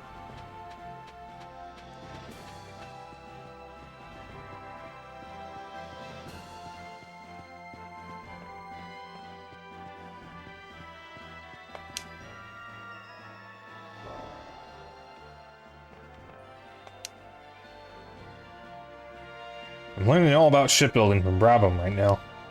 Brabham is an expert in all kinds of engines, from old models to new models, so I've learned a lot from him. My father would be proud. I never thought that I would ever be able to get out of Alua. I never knew the outside world was so big. For your little pep talk, I've been wanting to see as much of the world as I can. Thanks, Vice. Can't wait to go sailing again.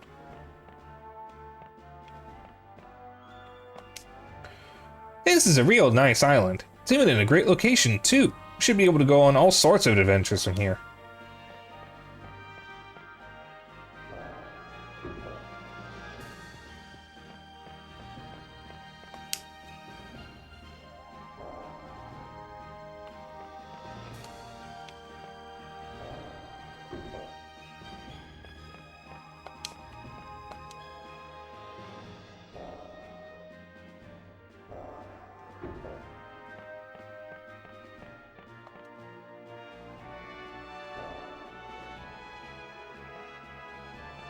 I wonder if this is these are the bedrooms of the party members.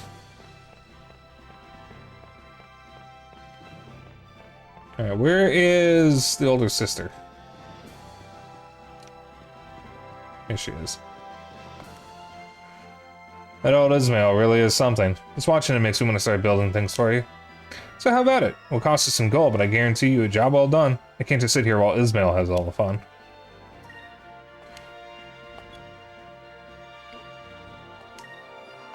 So you want to remodel the tavern? It's going to cost 1,500 gold to do that. Are you sure you want to go through with it? Okay, leave it to me. I'll have it all fixed up for you the next time you come back to the island. Alright, so I can only do it one at a time.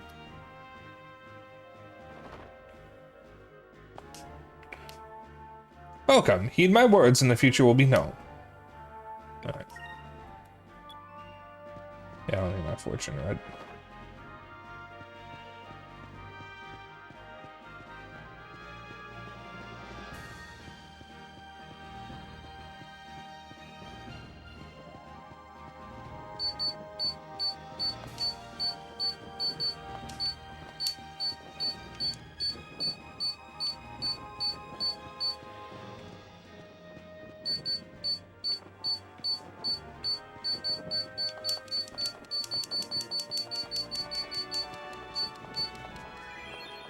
There we go.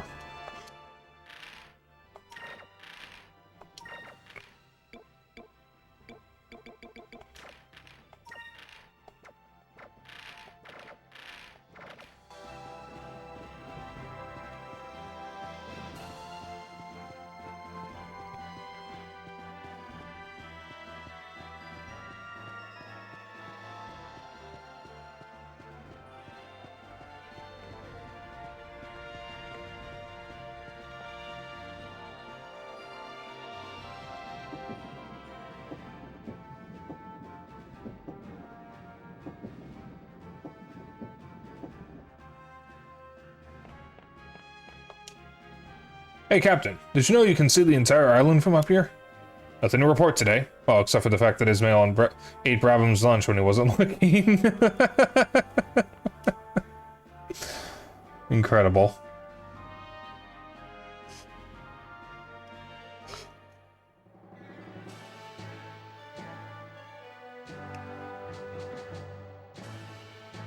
It's so hard for me to believe that Ismail turned this deserted island into a base. Vice, Aika, Enrique, thank you for everything you've done. So far, we've managed to get 3 of the moon crystals. I never would have made it this far on my own. Thank you so much. Come on, Fina, you don't have to thank us.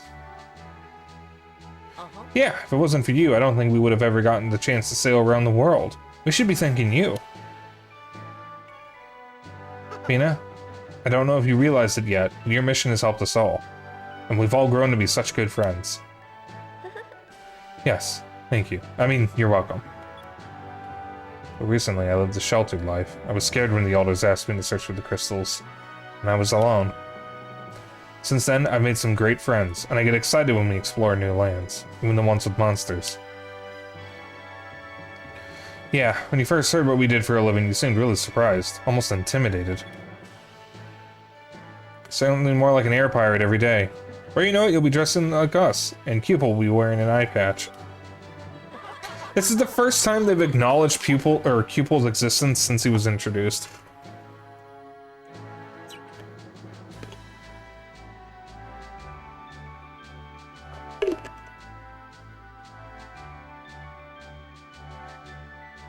Like, you'd think that Pupil would have a bigger presence in the story, given that he's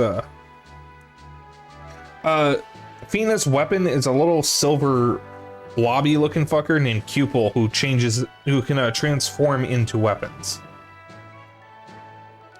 Pupil was introduced when we originally rescued Fina back when we were still on Drachma's ship. Or something like that. I don't remember when Pupil was introduced exactly, but Pupil was introduced early, and then nobody acknowledges his existence until now. We are over 30 hours into the game. It reminds me, do you know where we should go to get the next moon crystal? Yes, I do. To the far south lies a land that basks in the cold light of the purple moon. It is known as the Land of Ice. Purple moon crystal should be hidden there. Land of Ice? Purple moon is the source of power for all ice magic. And because of that, the lands under the moon have become encased in ice. I've heard stories about that place. Some of the others back home used to tell me about the rumors they'd hear. Oh no. I heard that the air is so cold that anyone who goes there will be frozen solid in a matter of seconds. I don't want to have to chisel you out of the ice, Vice. Where do you get these stories? First I was going to catch on fire, then people were going to eat us with sticks, now I'm going to freeze. Getting the crystal is not going to be easy. I think your overactive imagination is getting the best of you. What do you mean? Alright, fine. When you become a bicycle, don't come crying to me. A bicycle? Sure, everything will be alright. I doubt it's that cold, Aika. Girl, do you know how cold ice is? Well, according to our Valuan archaeologists, beneath the layers of ice lies the ruins of an ancient city. The ruins have been undisturbed since the old world. Unfortunately, no one has ever been able to break through the ice. All we've been able to do is observe the ruins from the sky. So don't really need to go there because it's impossible to get the crystal. Well, I was thinking. Robin said that the hole had been reinforced, right? If the hole is strong enough to break through stone reefs, perhaps it is strong enough to break through the ice. It takes a lot less effort to break ice than it does stone. That's for sure. Depending on the stone. That might work. We could bust through the ice with the Delphinus. If the Delphinus can get through the ice, then we can get the crystal. Then again, breaking through huge glaciers is a lot harder than just breaking an ice cube. Yeah, it looks like our next destination is to the south, to the Land of Ice. Yes. Well, looks like we got a long journey ahead of us. I think we should take the rest of the day off and celebrate. Aye, aye. Aye aye.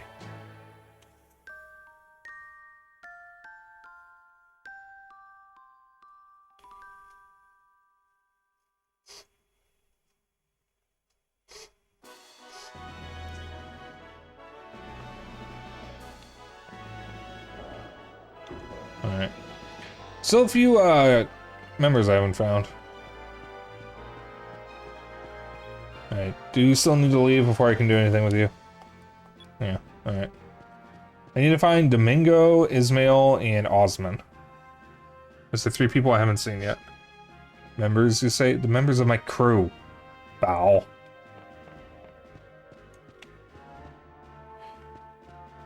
Alright, there's Osman. Greetings, I have a plethora of items for you and your crew. The shop is a little dull for my taste. I want a bigger shop, a shop that is more befitting of a merchant as grand as myself. Only 2 dozen gold to remodel this place. Thank you, Captain. You've got great taste. I'll use my looks to try and scare up a few new items. I don't like you. What do you even have? Oh, you've got some, stuff. Interesting.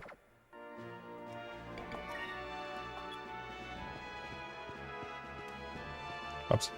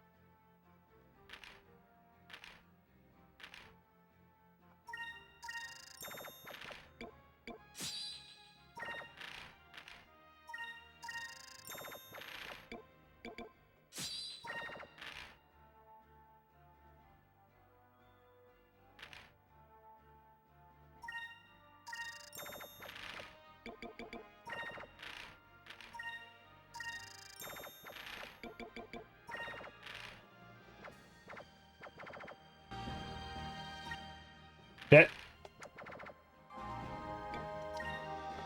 Captain, I'm a little tired right now. My youth is escaping me.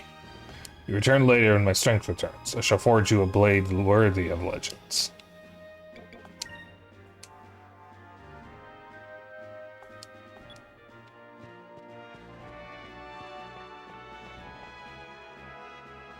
Alright, so I forgot about Ryukon.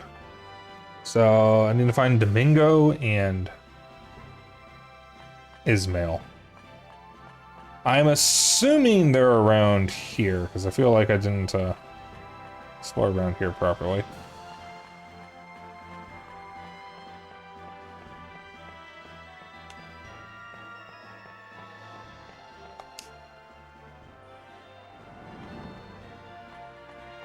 Oh, people move around. Okay, so I have to look around again.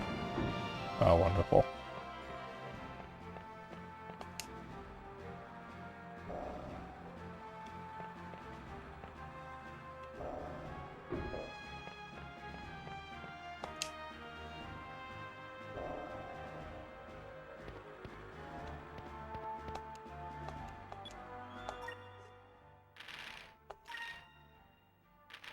That's just the same stuff the other guys were selling.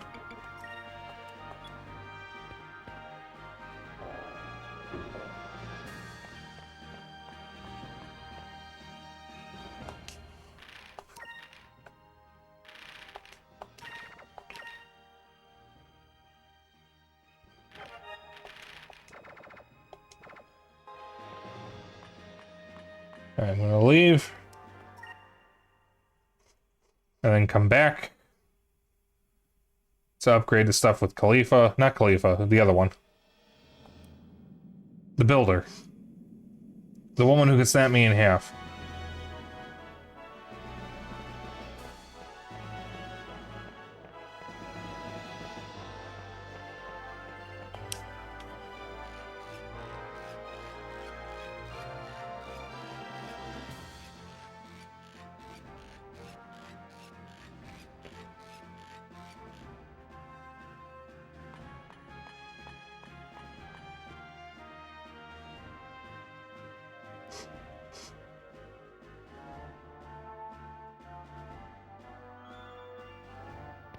Hello, this is a bit of an upgrade.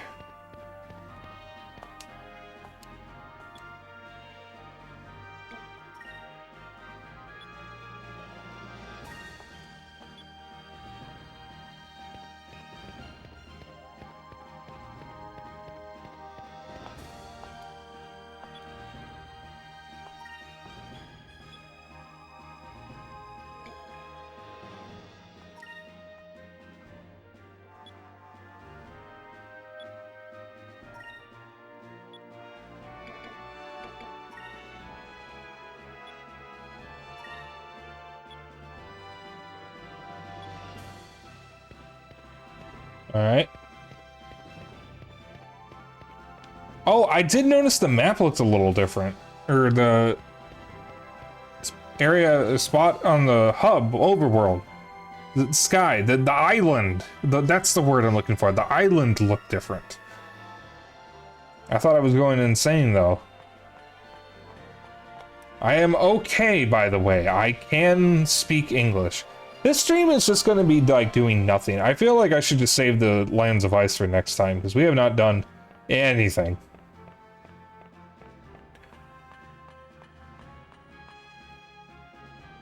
Gonzalez's grave also changes depending on which style you go for.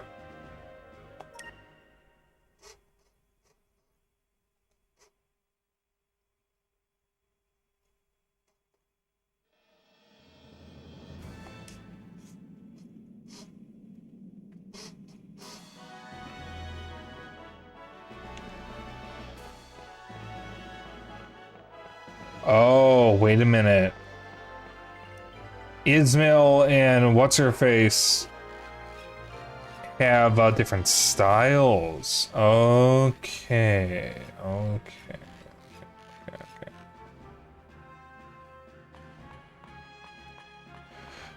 Well, it's just gonna be a waste of money if I keep changing styles, so I'm just gonna have Ismail's style for the decorations and then what's-her-name's style for the other stuff.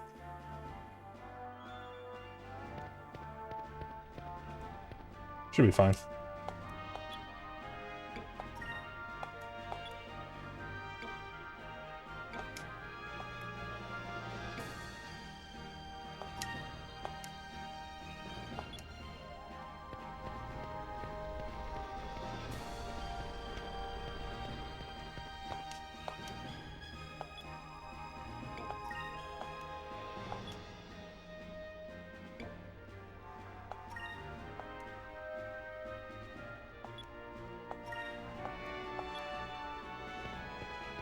It looks like there's just a lot of stuff that I can do. Alright, Gonzalez's grave. I think I walked past it. There it is.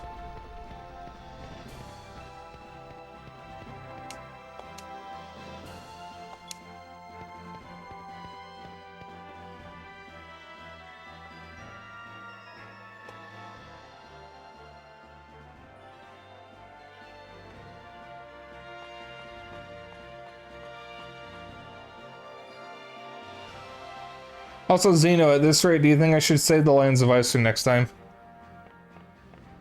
I think this is the last of the serious, like, going around and doing fuck all that I'll be doing in the game. Because I have all but one of the crew members, and I don't really need to find any more of the discoveries. I think I'm actually going to be reaching the point where I'm going to run out of discoveries to get anyways.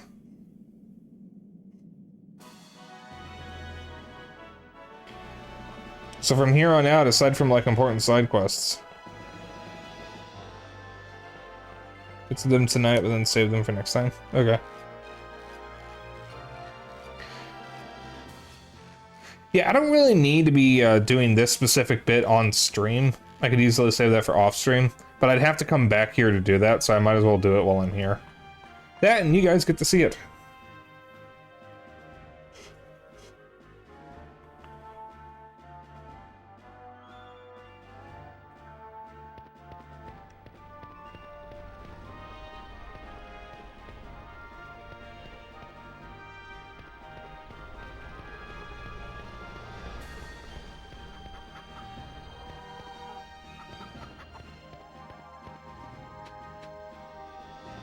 Oh, there is fish in the pond.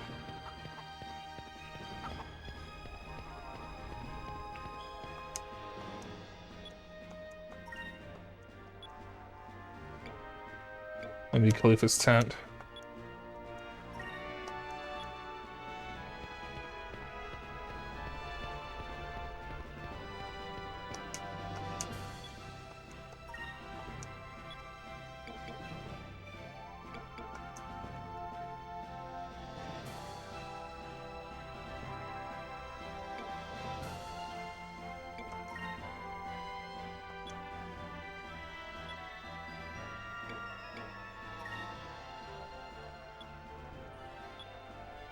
Okay, good. I was able to back out of that.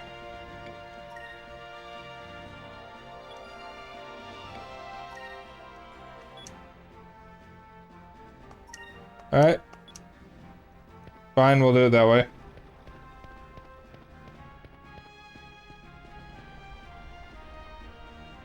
That's where the thing was. I didn't read the text that he was talking about. Alright.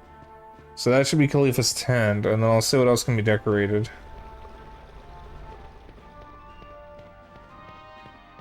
And then I think we're done here. Then we can move on. Probably gonna take me fucking 30 minutes to get over to the Lands of Ice anyways with all the fucking battles. But this actually works out anyways because I'm getting hungry. So I had a bit of an early supper.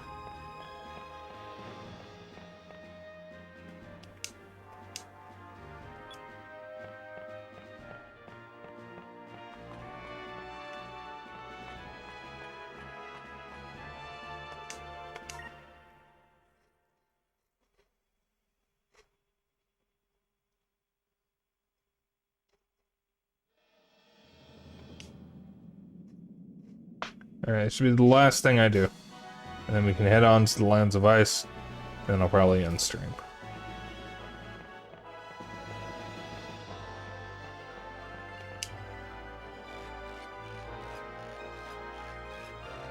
Oh, I had a thought.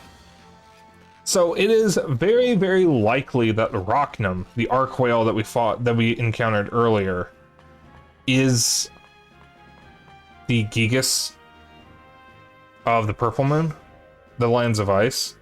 But the Gigas only act when they're being controlled by someone. Who's controlling Rocknum?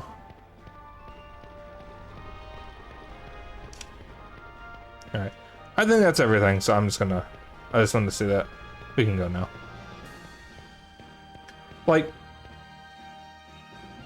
someone is controlling Rocknum, if he's a Gigas. Unless Rocknum is unique in that he acts on his own.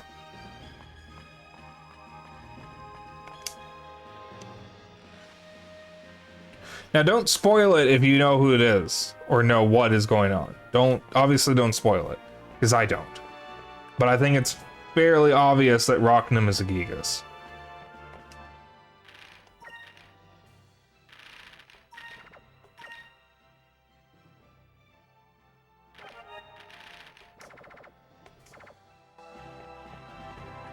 We also have one crew member left to get.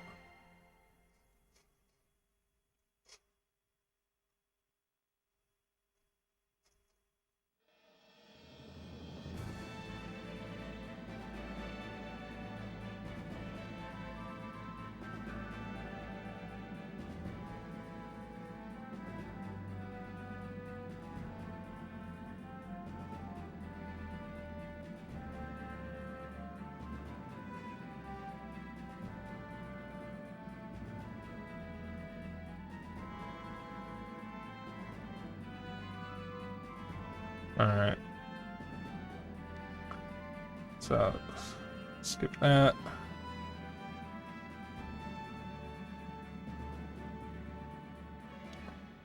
I'm gonna save again, anyways.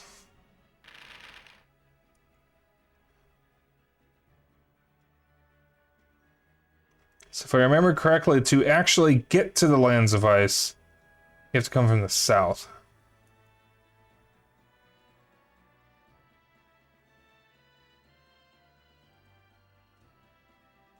You can go south of South Ocean. Alright.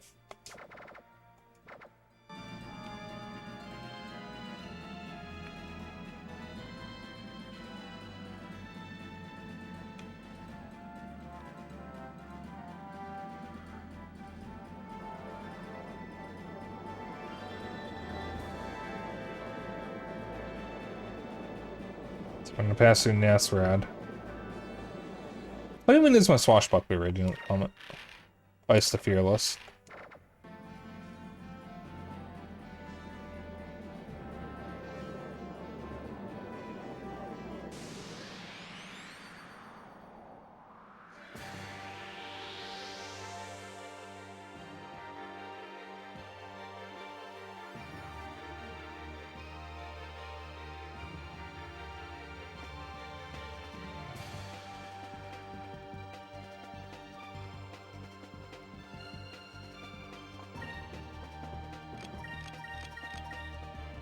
Guys, I do feel like we're nearing the end of the game. There's not much left in the guide, and looking at this map, there's not many areas we haven't been to yet. So I think we're actually getting close. I cannot believe I'm actually getting close to finishing Skies of Arcadia. I thought I'd never get around to this game. Ooh, excuse me. I'm happy I finally get to play it. We did it! Like, play through it. This has been a hell of a journey on streaming. Like, this is what I love about streaming, is I get to finally sit down and play a lot of the games that I've been wanting to play. You know? It's just good.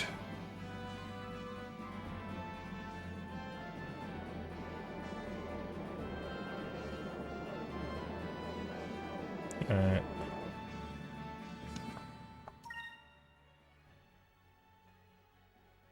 We can go through here.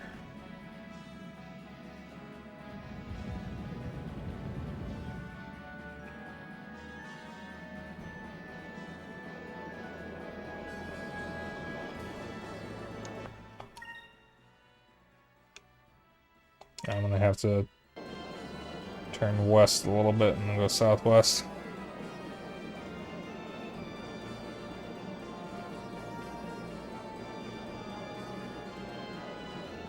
Instead of going through South Ocean, I'm gonna come. I suppose I should probably go through South Ocean. I want to make this easier on myself.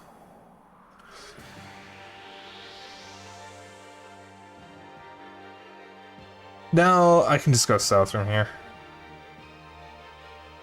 Well, wait a minute, hold on. There's a cloud rift to the west. If I go through that, then I can skip having to deal with the stupid vortexes.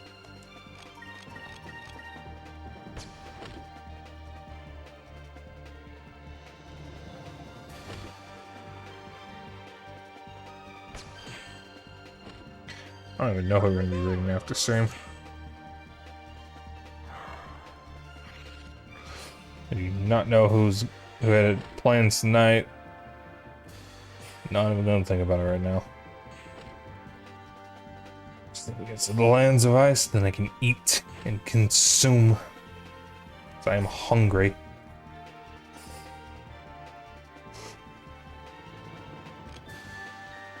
Do we even have anything left over I can eat?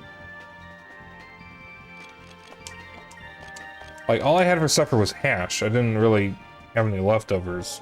We didn't really cook anything, so I don't even know what there is for me to eat. I could probably just have toast. Sometimes toast is pretty good. Oh, these damage numbers. I don't know, I think I'm just rambling right now. That's fun! I think I might need to shave again as well, because there's a mustache or beard hair. I can't tell which. It just keeps sticking up onto my lip. Yeah. Nuisance. Alright, so let me check the map. Yeah, if I go... Ooh, that's the wrong one. I want to go... this way. And then I go...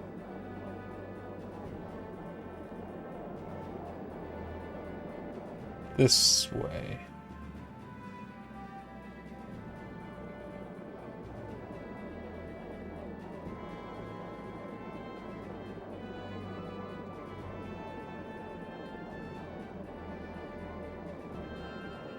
Yeah.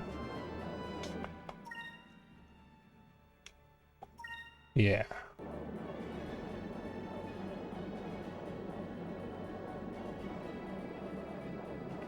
Alright, so then I go through here, I think. Yes, and then we're in the lands of ice.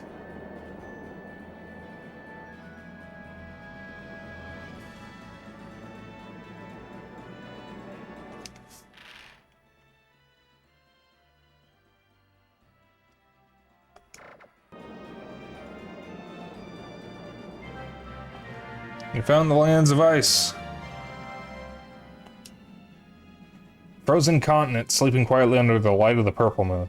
Ancient legends and myths speak of it as the land of the dead, but its true nature remained unknown until its discovery by Vice the Blue Rogue.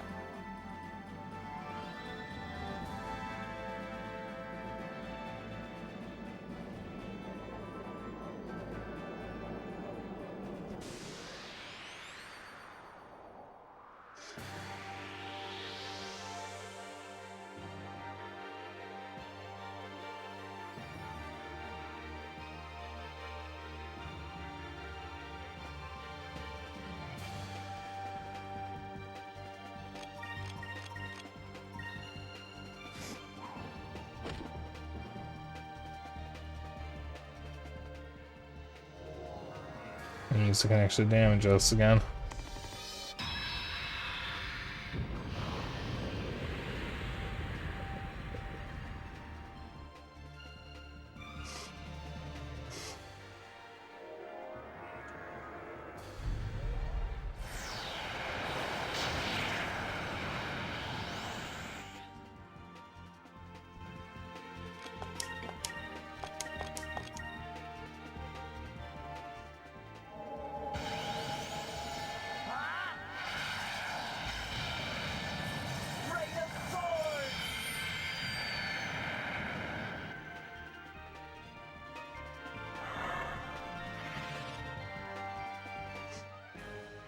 That was fun.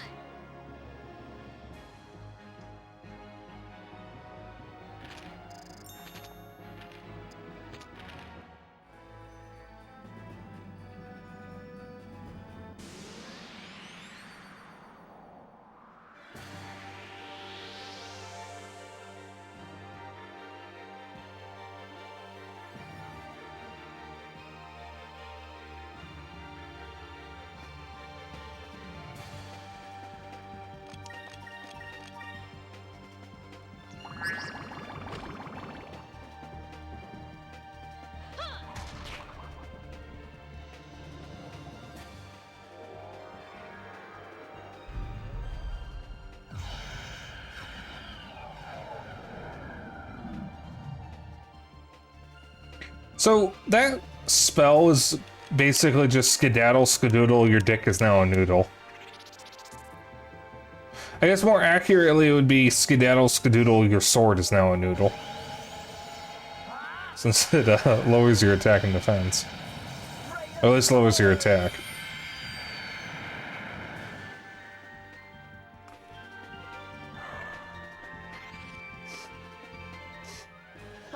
That was easy. That's a cool sword.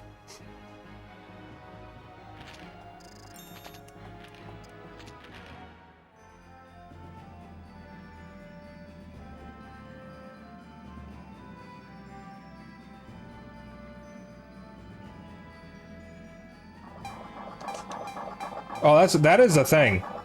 I am going to avoid whatever that is. Xeno, what was that? I thought that was a discovery. What is that?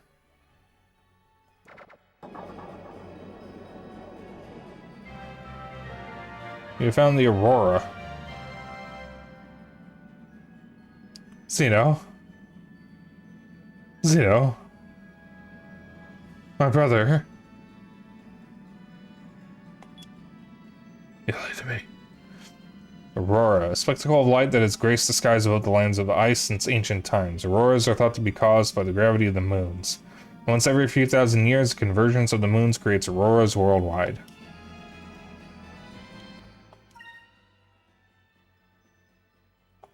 Alright, so I gotta keep going this way, I guess.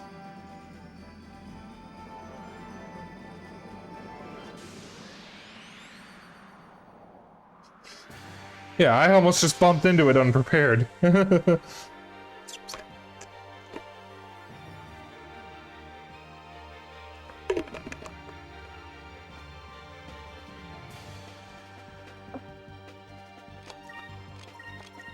This guy look like some funky bullshit.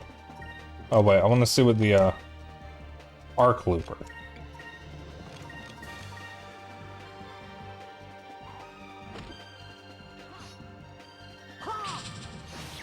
God, it's a good thing I was able to back up quickly enough. I almost went right into it.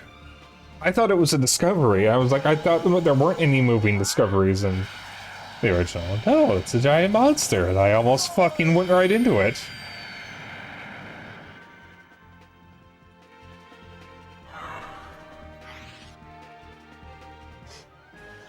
That was easy.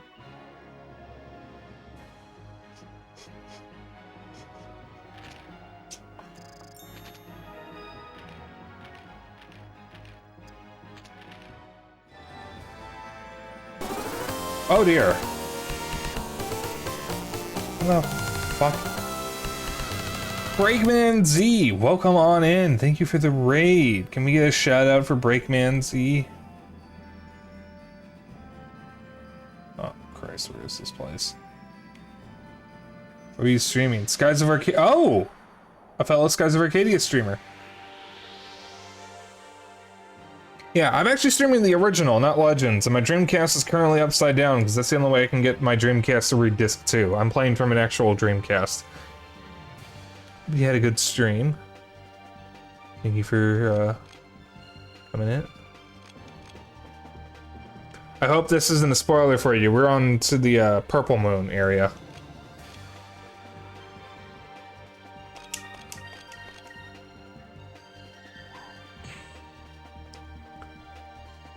Where is the damn ruins? Well, if you don't know who I am the one and only Dapper Dragon.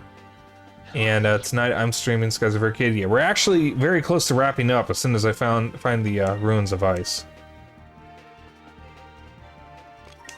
But I have a map, but I have to still find them. Yeah.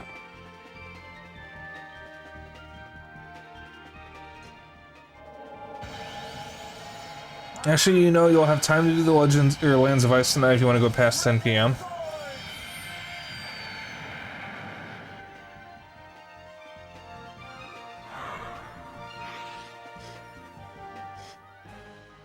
That's fun.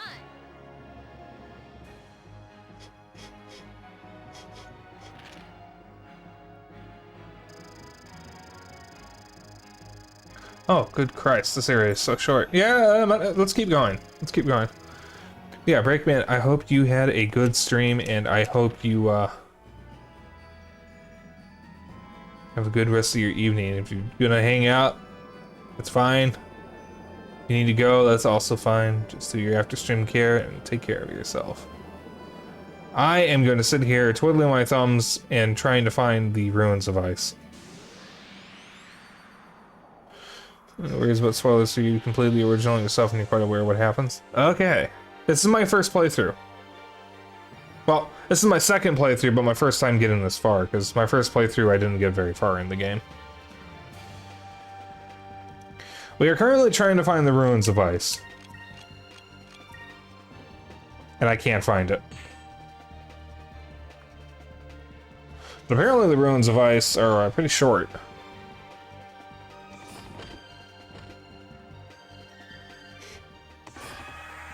So I have a guide up to help me because these old RPGs can be a little difficult to play sometimes, and this area seems pretty short.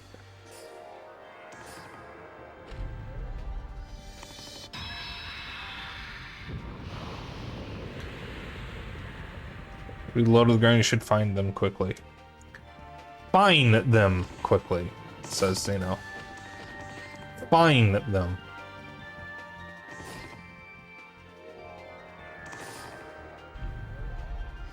Totally understandable. I've just gotten the Delphinus myself and getting ready to head to the Alphatoma on your first playthrough. Nice. Zeno, by the way, is my brother, and he's played this game already. He played Legends, so... Ow. Good. God, I forgot I left the volume for that fairly high. He actually originally stopped playing the Dreamcast version around Alphatoma, and then got caught up on the GameCube version and finished that. Oh, hush. God, at some point I really want to replay Killer 7. As much as Killer 7 frustrated me, I did really enjoy the game. It's just one of those games that's going to make you very upset as you play it. Because it's just really, really fucking frustrating. My god, it's so unhinged, and I love it. Alright, so low to the ground.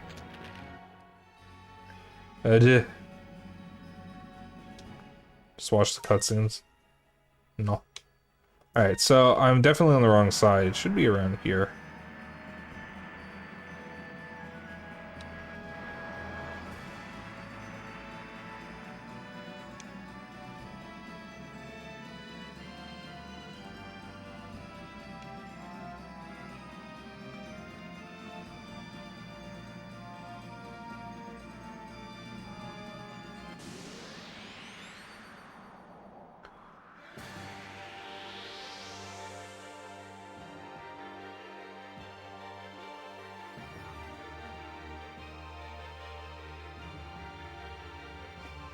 Oh, we had your Dreamcast. We had yours since launch.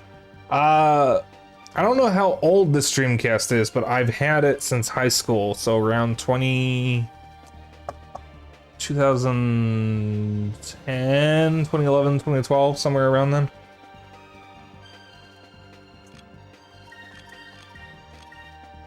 Yeah, I think my disc laser is dying.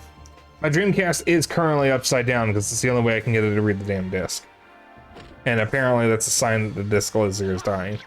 In fact, apparently it being unable to read my copy of Shenmue is a sign that the disc laser is dying, because for whatever reason it's one of the first games it's going to fail to read. So I guess it's just another thing on the list of consoles I need repaired. Because I need to do something about my Genesis, because that doesn't work unless the cables are propped up. My 3DS is fucked up. Still usable, but it's got a few issues with the buttons and the circle pad split. Circle pad actually split down the line. And we have a GameCube with a non-functional disc laser.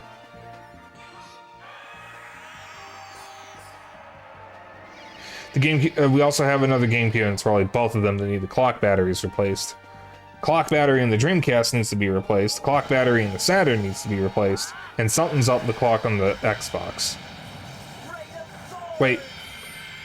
No, the Xbox is fine, actually. I think. My GBA SP also has a battery that doesn't hold a charge, and something is wrong with the pause button on my Neo Geo Pocket Color because I can't get it to work at all. So I can't actually pause any games on it or access certain menus. And that's fun.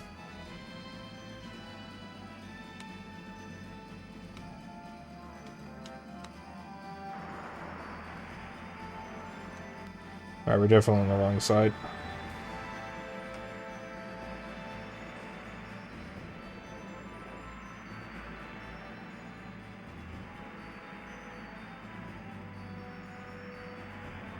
There it is. I found it. Found it. Alright, you went like quite literally as low as you can possibly go. Okay.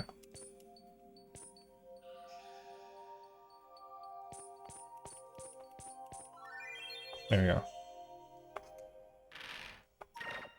So yeah, I guess we're going a bit late, so I can finish this up. Because I normally go for like 3 or 4 hours, and this would come on the 4-hour mark.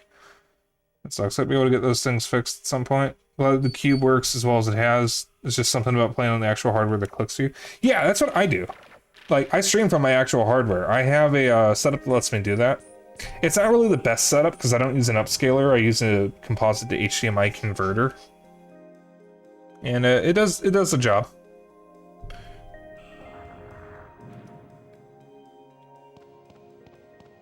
Alright. Stone in each of the next 3 rooms. Select the following answers for swashbuckler boosts. Okay. That doesn't do anything. Visitor Glacia. Answer my query and open your own path. What? Did that rock just say something? Deep within the purple moonstone lies the power to hold the world still. What is this power? Power of ice.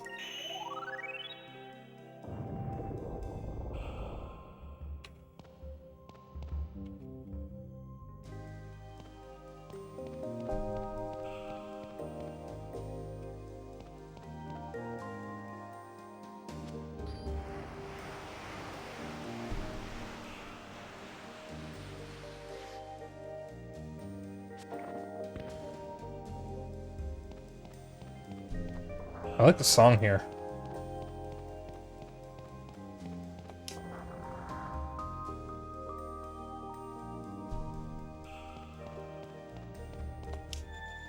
Visitor to Glacia. Answer my query and open your own path.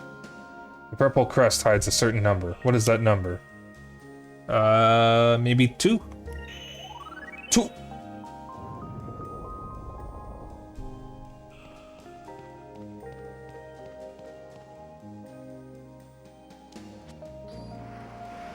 Yeah, I hope I'm able to get that stuff repaired at some point. It's just a lot of money and I have to find people who can actually do it. Or do it myself, or get someone else to do it for me, or something. Some cases it might involve just replacing the damn consoles entirely. I'd have to do research on each and every one of them. And it is what it is. That's just the reality of having old hardware, though, is that eventually it's going to fail. There's nothing you can do to stop it. You can just replace parts or replace the damn thing, but eventually it's just going to die. And that's why I think we need to do something about game preservation.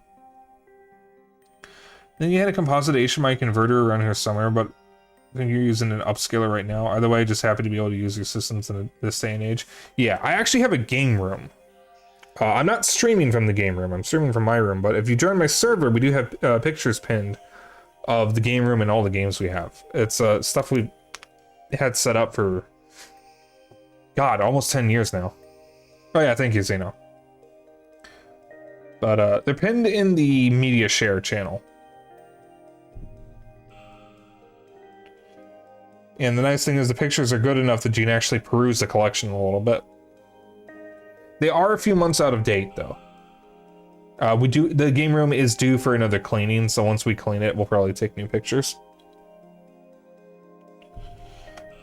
But part of the reason why I started streaming was to show off my collection and also highlight forgotten, weird, and obscure games. Purple crest, by the way, is the pattern that appears when you use purple magic. The 2 is the number of circles that surround the center of it. Oh, okay. Visit Arcadia. Answer the last query and open your own path. Purple moonstones affect the abilities of living things. What are the abilities most valued by the people of Glacia? Will and spirit.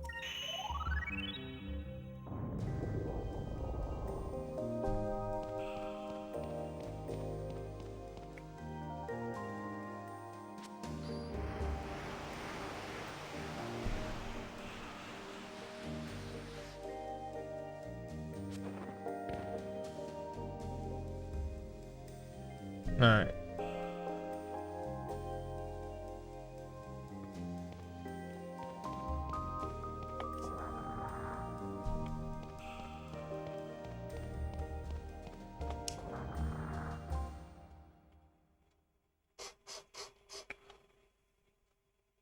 Honestly though, as cool as emulation can be, to just like, I don't know why I whistled there, what the fuck.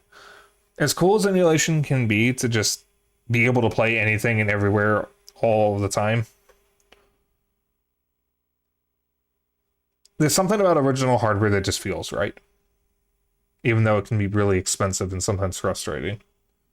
This looks like it's the last door.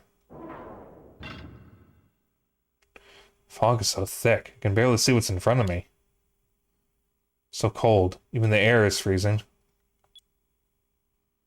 Well, can't let that stop us.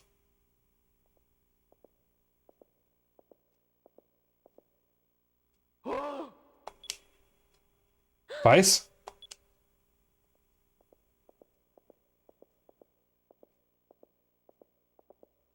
Hey, where'd Vice go?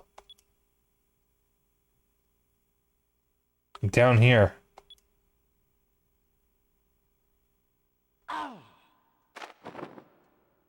Vice, what happened? That was close. If we can see the sky through the floor, that means we're at the bottom. Hey, fog is starting to lift. Oh, I never imagined that we'd find this.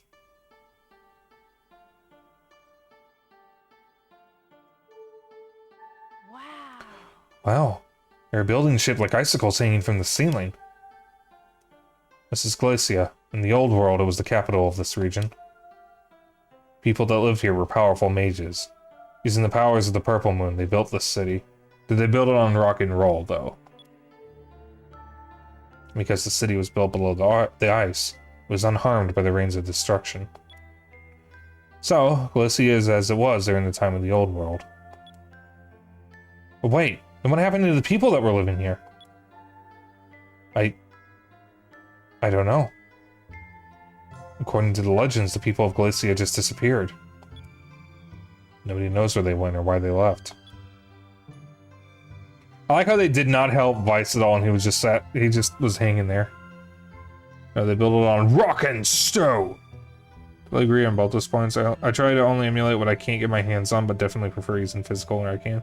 Yeah, I don't really emulate at all, but I am slowly reaching the point where if I want to play certain games, I might have to. Now, of course, I consider there to be a difference between ethical emulation and unethical emulation, which is official releases versus just downloading the ROM and emulating it. But sometimes you don't really have a good option. Maybe they left their city to invade another land, and they perished in the war and in the rains. Can't imagine an entire culture becoming extinct. And all the knowledge that was lost. Everything that these people worked so hard for is going to stay buried here forever.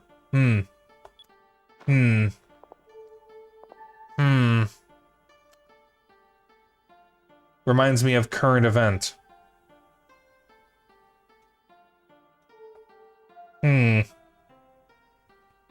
Let's go. We should find the purple moon crystal before we get buried here forever.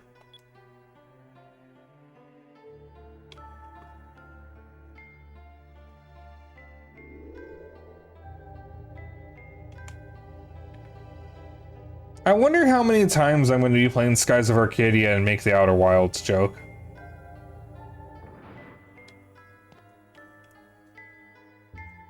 At least this place isn't brittle and hollow.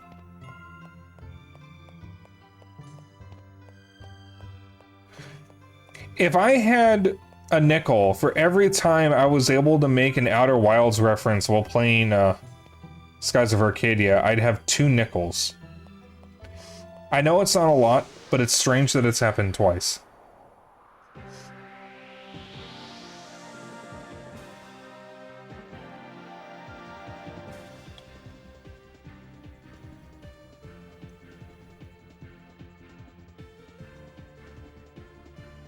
Hello. Alright, oh, that's a lot of loopers. What beats purple? Green. Green will do. I should probably heal after this. Yeah.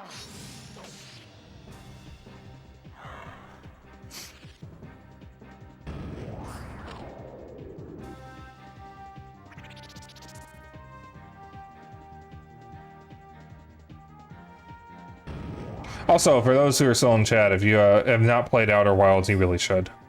I will do my best not to spoil it, at least not directly on stream, because everybody needs to experience it as blind as possible. But like, the fact that I've been able to actually make a reference to it twice in Skies of Arcadia is very funny to me. Oh, one of them survived. Oh, 2 of them survived.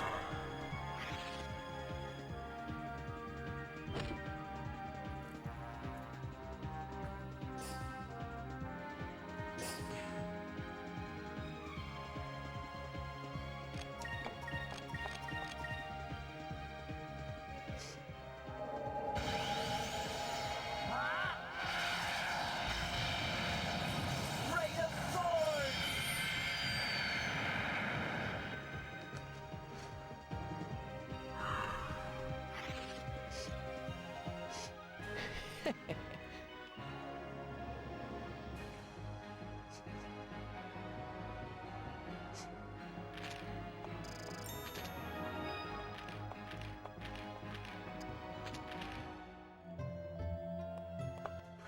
I'm gonna heal everyone real quick.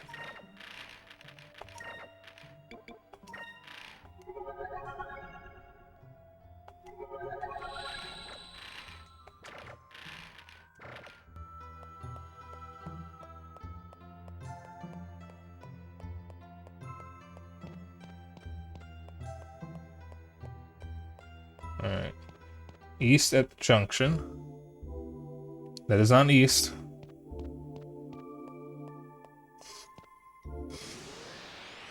For Ice Splitter 1.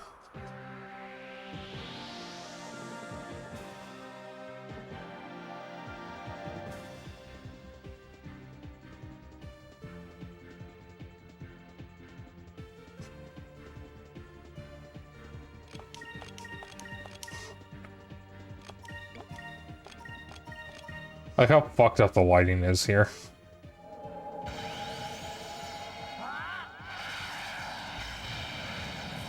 Ray of Thorn!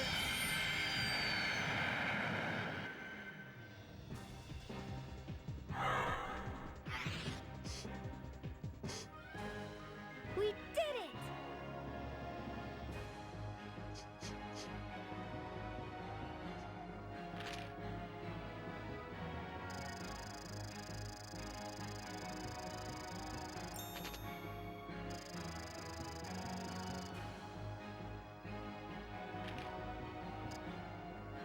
Oh, that's peculiar.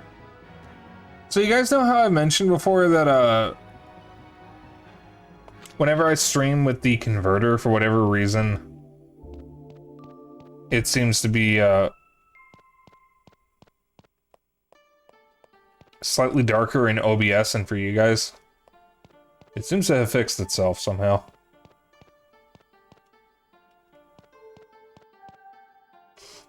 Alright.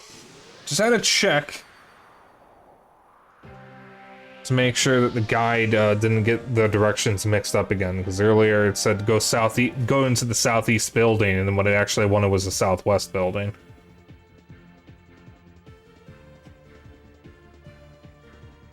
Okay. That's a thing.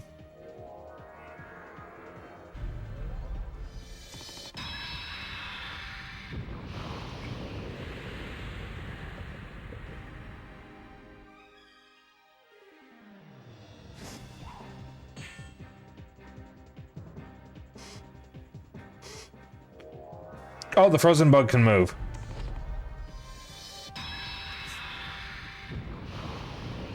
Oh dear, the frozen bug can fucking move.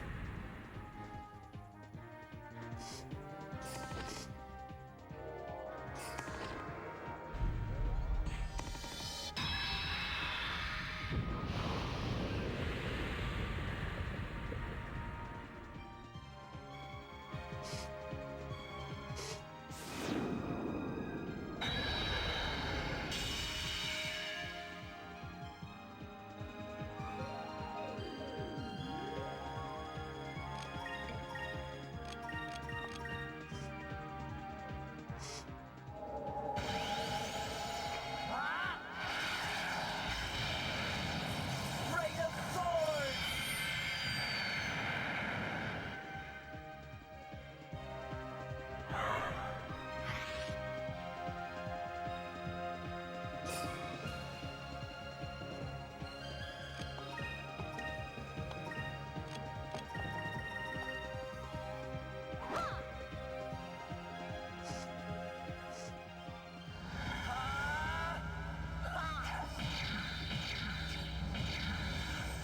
Cutlass Fury! Oh, this thing is a bit of a problem.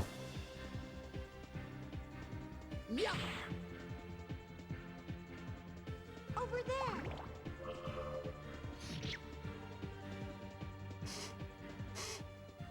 Panic.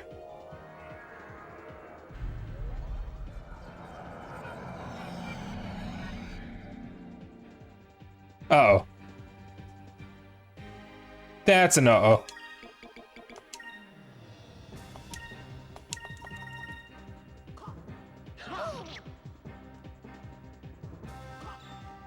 Let's try this! Get him!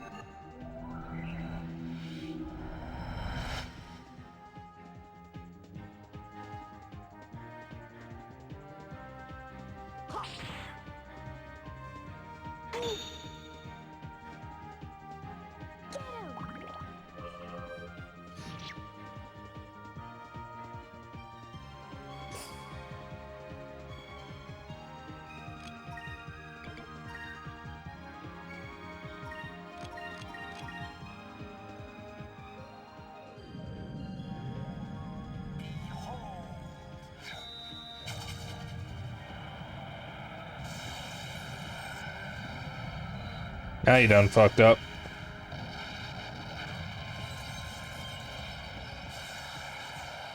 Pirate Wrath!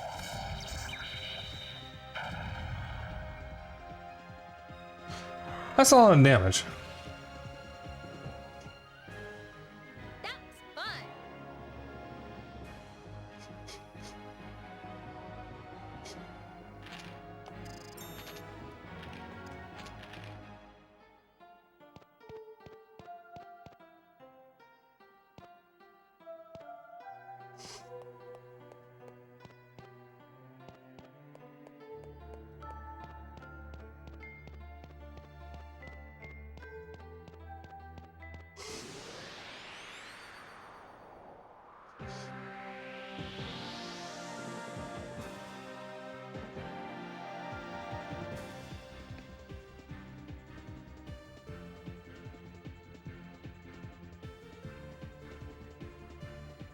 Oh boy.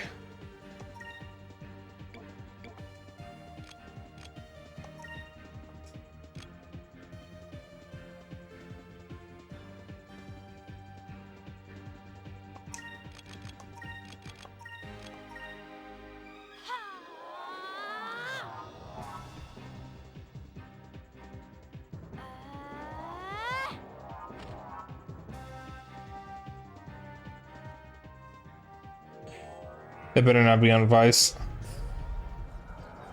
Motherfucker.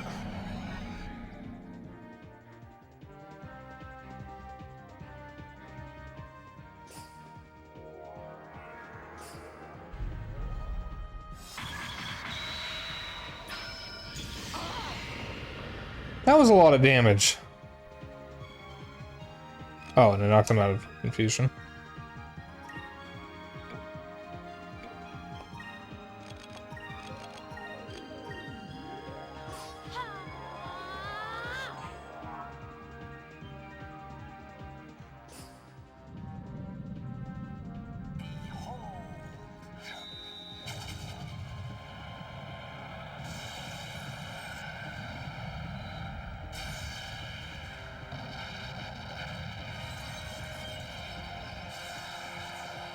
Pirate's Wrath!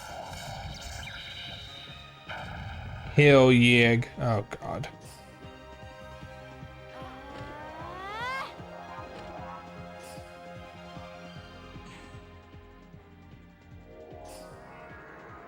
Uh-oh.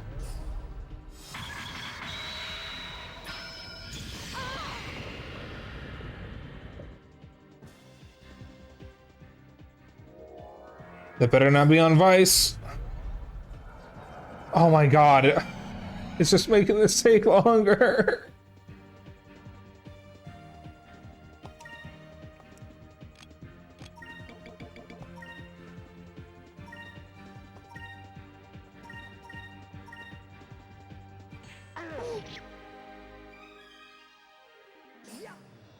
Let's try this.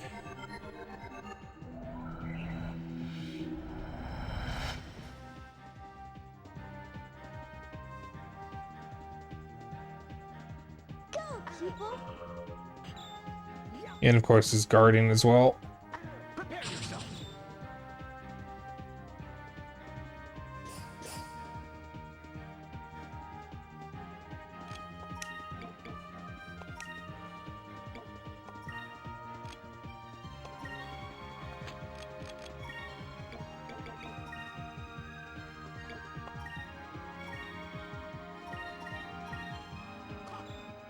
Moons, give me strength.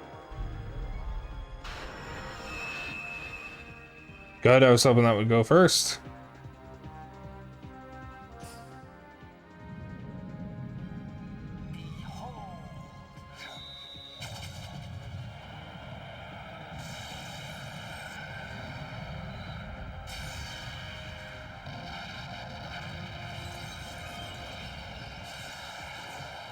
Pirate's Wrath!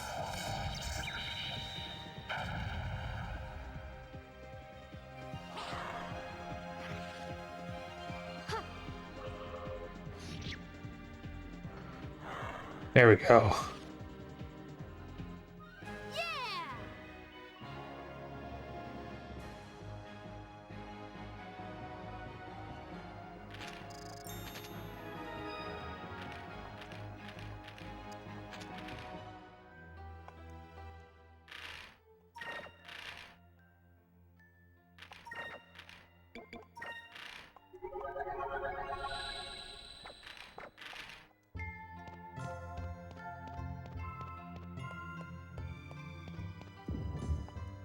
Ice splitter.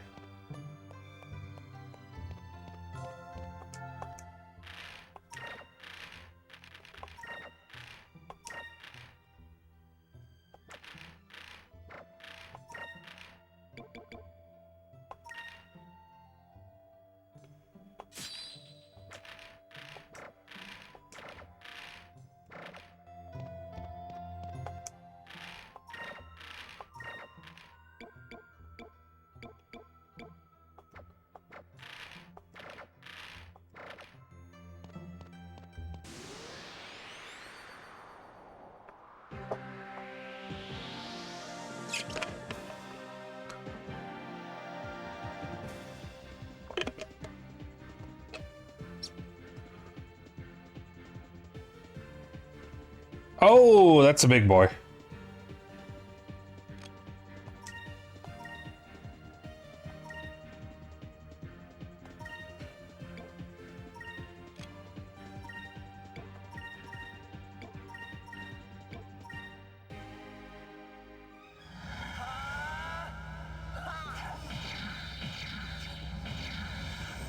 Cutlass Fury!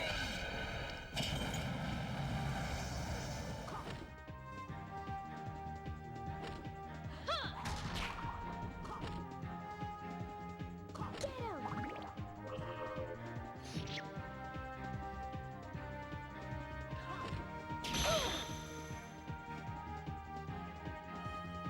Take this, Kurt. These enemies are like weird narwhal seals, I guess.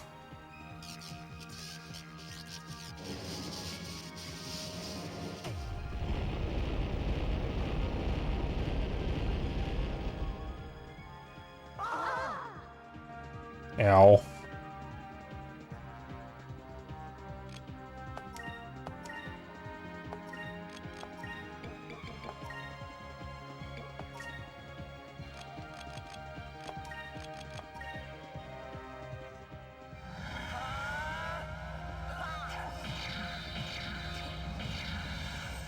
Cutlass Fury!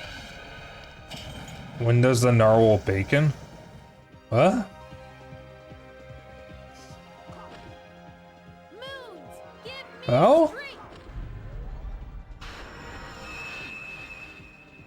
What does that mean?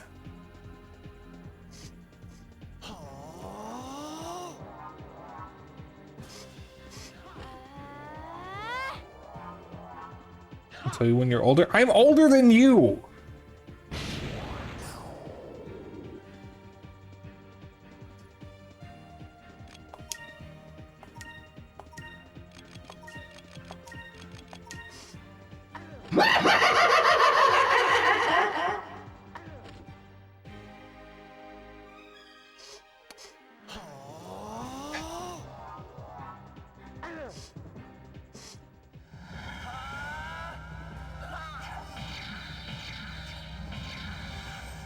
Cutlass Fury!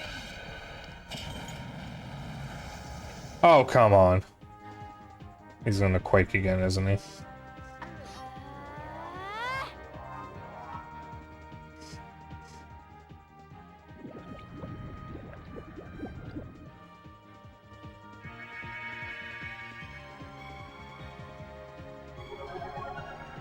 We can easily kill him.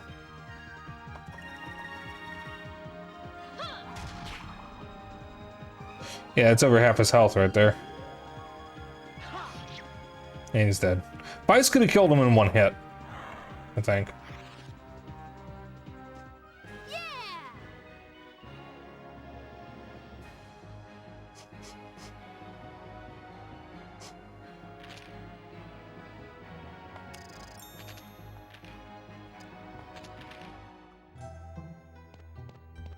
Alright, now we go up this way. Then we go this way. And then we go this way. And then we go this way. Let me heal.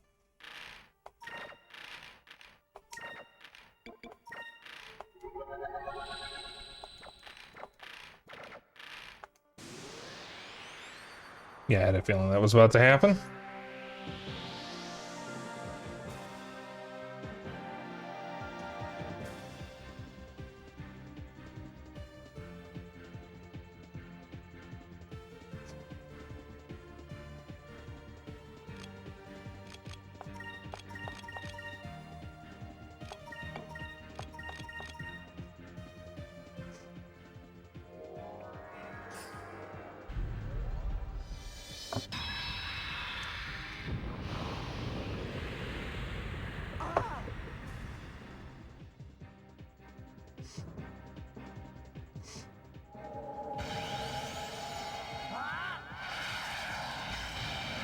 Don't know about you, but Lambda Burst has been your go-to when it comes to killing lots of enemies real quick, or at least when softening them up.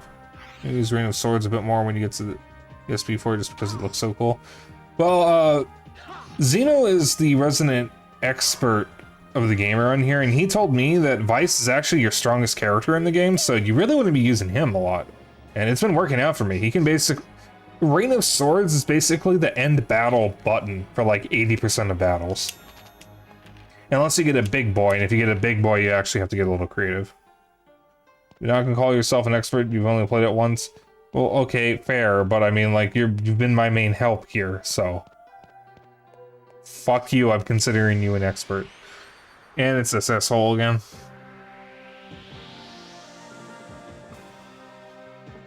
Who is this guy, and how does he keep showing up in places before us?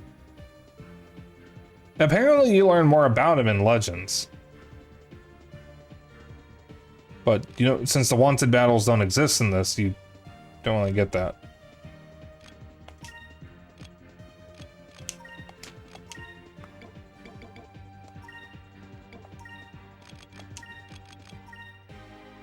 I mean, the narwhal bacons at midnight is a stupid Reddit in-joke from like 2010 to identify Redditors outside of Reddit. Of fucking course it is.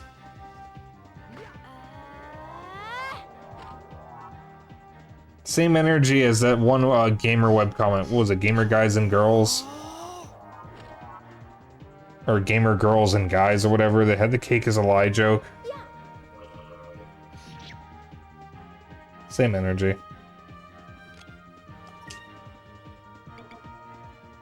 You know what? Fuck you. Unbanes your Zylvan. Or Zylviln. You know how his name is spelled. Tumblr head, I like your shoelaces.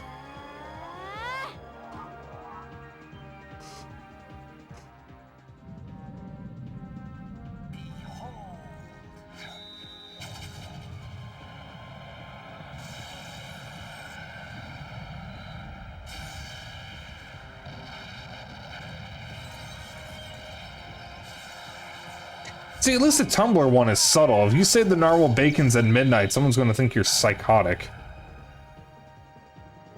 Oh, that's a lot of damage. Zuby fights his own Legends. I don't know if there's any more explanation for him in Legends, but who knows. I know they're in Legends, but Xeno mentions something about learning more about Zylvan Bane. But as far as he was aware, it's not something that you actually get to see in this. Now, Xeno could be wrong, because he was wrong about the giant monsters, because he said those were also only in Legends. Mina's almost dead. And that was very much not the case, because I almost went right into one. Thinking it was a discovery. Then be right because you're a Redditor. I am not. I have never even used Reddit. Xeno's a Redditor.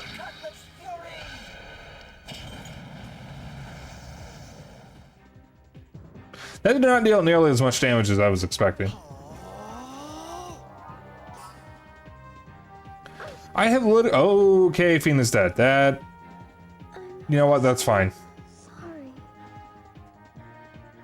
That is perfectly acceptable.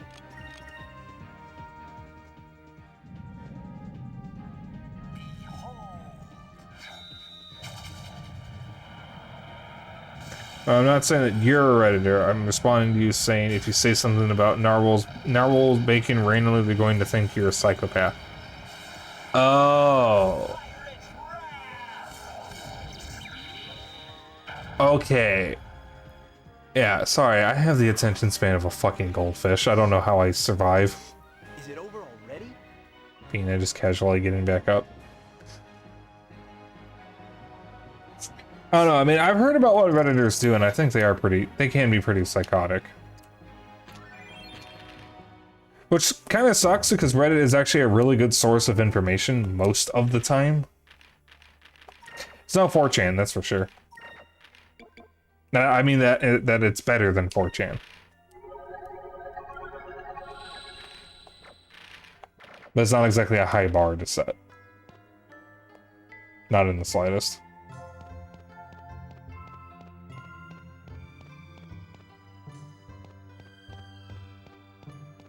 But it has spaces for specific things, which is good. Yeah, and I mean, some of those spaces are shitty, but there's also some really good spaces. Like, there's the transgender space, which is one of the best resources if you're trans and are trying to learn about what you should do to help yourself when you're trans. Like information like DIY HRT and stuff like that. It's like r/transgender is a good space. r/fat people hate is not. But the less said about that, the better.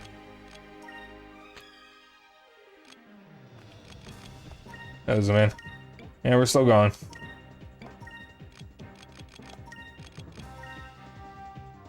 Well, the good news is that one was banned. That is true. So it's better than 4chan. The bar is so low that even single-celled organisms can go over it. God, I need to remember that. It's true, though.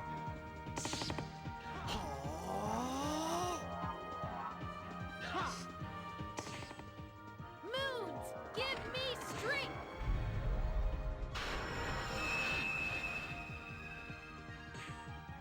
Am I supposed to be able to hear the other characters fighting? Because I don't think I'm supposed to.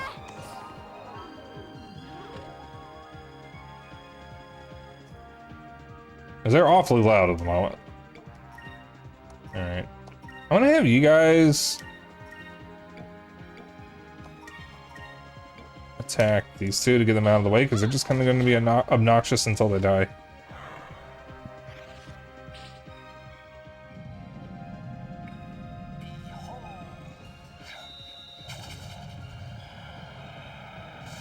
I don't know, man. The internet is a blessing and a curse. We have a wealth of knowledge and information just waiting for people to look into it and learn. And on the other side of the spectrum... Oh my god, that was a one-shot. On the other side of the spectrum is some of the most hateful motherfuckers known to man, who do nothing but sit on their ass at their computer and say shitty things to people online. You could learn so much, and all these people choose is to just be absolute, like, shitlords. And I don't understand why anyone would do that. I, like, stopped trying to understand because it just doesn't make sense. Alright, back to the crossroads, go west into... Welcome to the fantasy zone. Get ready. Oh my goodness, Lizard Man. How many was that? I didn't see. 5 gift subs. Oh, thank you. I guess Soro missed their sub. Thank you so much. Oh, that means a lot. Oh, that you have no idea how much that helps. Yeah, enjoy the emotes, everyone. Alright, continue down a few short... Wait. You're great. Oh, thank you for the follow, Breakman. Yeah, Zeno, you gonna use those emotes?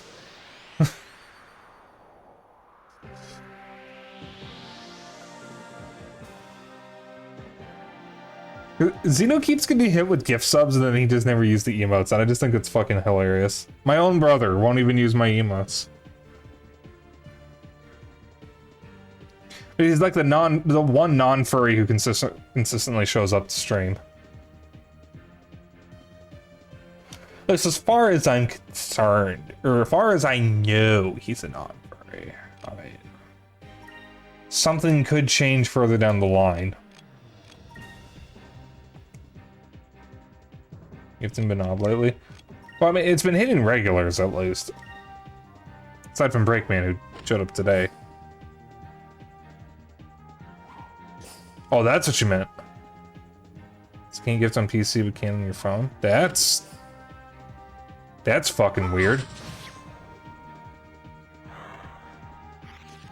Yeah, I don't know how gifting works sometimes because it usually seems like it does try to pick people who are actively in chat. But then every now and then you'll like get 5 subs and you'll get 4 people in chat and then one random person who's never shown up before and has no idea what's going on.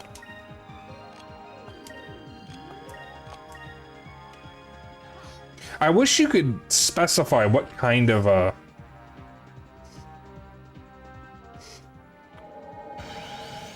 viewer could get it.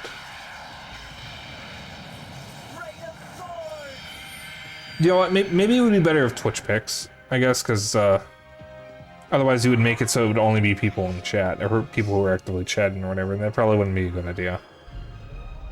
If it's completely random, it evens the playing field.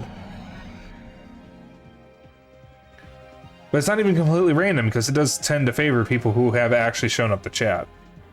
I got like 2 subs to people I never heard of. I got a gift sub to Kajiru earlier today, and I haven't even watched him in like 3 days. Something like that. Vice is confused.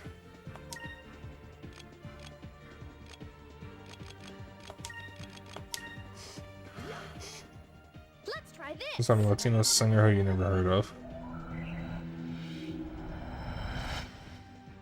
Yeah, I've occasionally checked out streamers that I got gift subs to. And the Latino you follow is Iron Mouse. Well, if you follow Zentrea, supposedly she is Latina. But she's never shared a picture of herself, and she doesn't. We don't know much about her IRL self other than she lives in Texas. Zeno told me that it's confirmed she's Latina, but the only thing I know for sure is that she lives in Texas. I'm sure he's right though, since he watches Zen more often than I do. Nothing against Zen, I just don't watch her much. I've basically gone all in on. Ooh, wait a minute.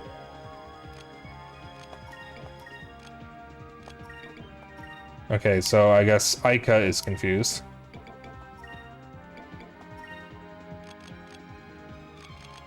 That's fine. And hit with a gift sub for an account you've never followed, watched, or even heard of. This has happened with 4 different accounts. I got hit with a gift sub to a furry VTuber that I had never heard of before. I don't remember their name.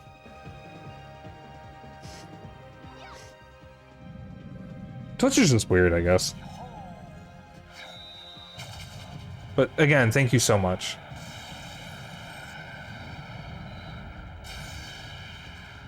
This will really help out.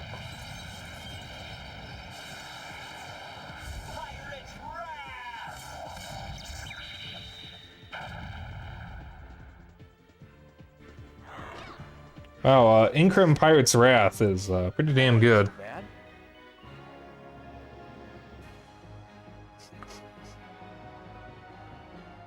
Oh, it's a fully German furry, which the furry part you can connect with, but not the German. Was their name Deek64? Just curious. Is this the only German furry I know of?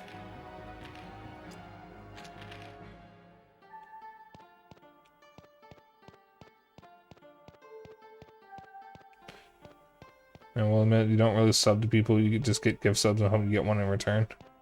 I used to be like that. Okay, let's see. Continue down a few short ramps to the left. Where? It was like Fox, but can't pronounce the name. Okay. Because I know who Deek64 is. I've never spoken to him personally, but he made Lunistus, which is a furry 3D platformer that I own on Switch, but I haven't actually played yet. I have been told I would like it.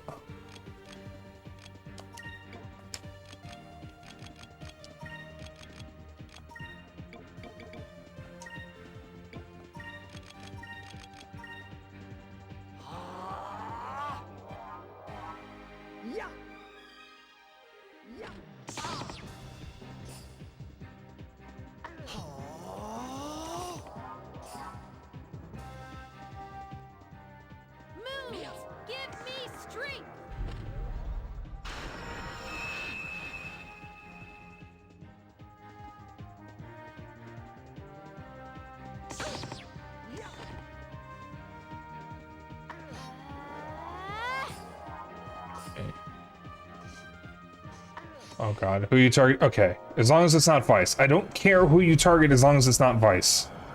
That's so fine. Okay. Alright, this should one-shot him. I'll just have these two, or three attack the other guys.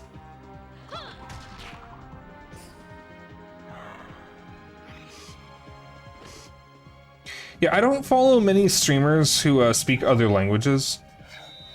Let me rephrase that. I don't follow many streamers who primarily speak languages other than English. I only know one language, so, like... Unless I'm having them on as just in the background, I'd rather not watch someone that I can't actually understand what they're saying. But I do follow Deek64, who is German, and mostly streams in German. And I follow another VTuber who, another furry VTuber, who mostly streams in Italian, but she does speak English.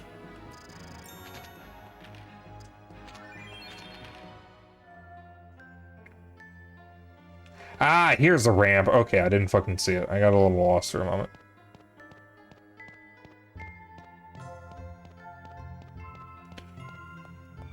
Yeah, I follow a lot of people. Whenever you, if you start streaming, you're just going to end up following a lot of people. Because, like, you're going to follow people who raid you, you're going to follow people who raid your friends, you're going to follow a lot of people. It's just what happens. You just end up following a lot of people. I have followed so many people that a lot of them, I don't even remember why I'm following them, and it's probably because of raids. Because I see the option to follow from a raid, and I think, oh, heart button. I click it, and I'm following them, and I immediately forget the series of actions that led me to that point.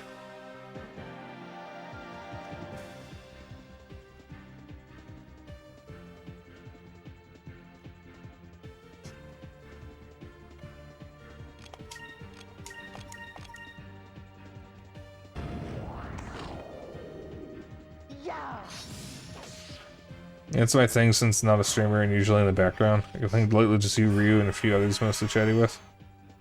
See, that's perfectly fine. Like, you can watch who you want, really.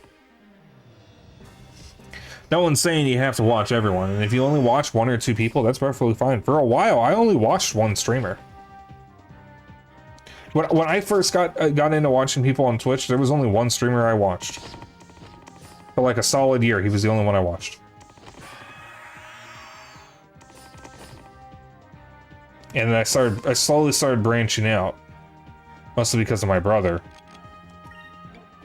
And eventually, when we found out about VTubers, we started branching out in different directions.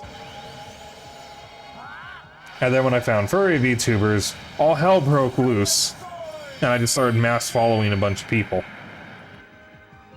And then I started streaming myself. And now I'm just kind of all in on furry VTubing. That was easy. This is my life now. I can't escape. You want to start watching Twitch since a friend on Steam started? She begged you to watch her. I want to switch stones, but everything here is weak to green. Crossblade. I'm going to assume that's Vice, but that could be Enrique.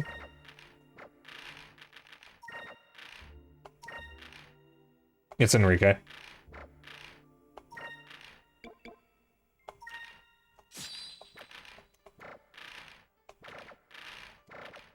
I'm gonna hold off on healing until I get closer to the save point, because there's a very good chance I'm gonna hit a battle between here and the save point.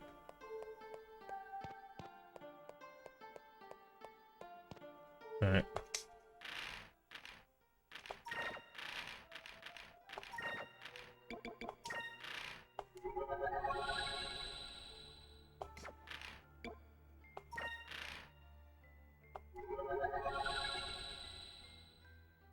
So I kind of just wasted a use there, but Vice doesn't use magic in battle. I don't make him do that, I mean, so that's fine. Looks like that girl from Steins Gate. And then help get conversations going, which also odd with since text you can do good, but voice You're blah.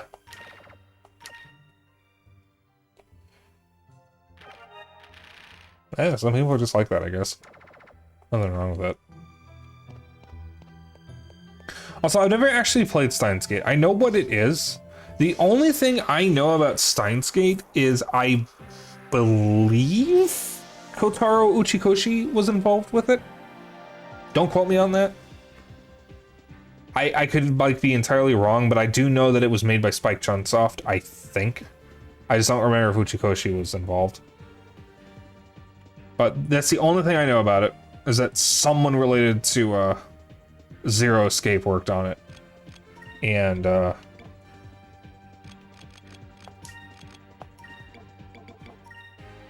the only other thing I know is that a guy in Japan streamed Steins Gate without permission. No, he didn't stream it. He uploaded YouTube videos of Steins Gate, the game, and got arrested for copyright infringement.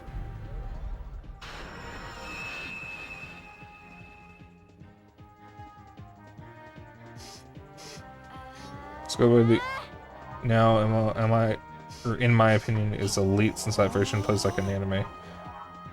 Is that Steins Gate Elite, or is that just a game called Elite? Don't do the crime if you can't do the time. Well, Japan doesn't have fair use laws. Like, that's the thing, like... There are no fair use laws in Japan. Steins Gate Elite, okay. I have heard good things about Steins Gate. I've just never played it or seen any gameplay myself. And VMU is such a fun little twist on the memory card. Love seeing people pop up when doing sham hunting with this game. My favorite use of the VMU is probably Soul Calibur, because when you're fighting, you can see your character on the VMU and they actually attack when you do, which I think is really cool.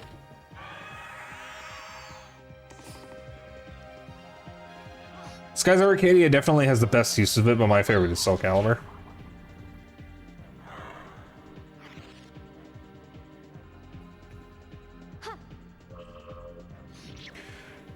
Mainly a remake, but they use a lot of stuff from the anime. Oh, you know, I think I did hear about that, actually.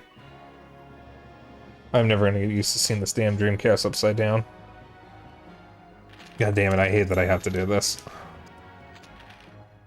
I know I'm not hearing the disc, like, scratching or anything, so I think it's fine. It's just that I don't want to have to do this.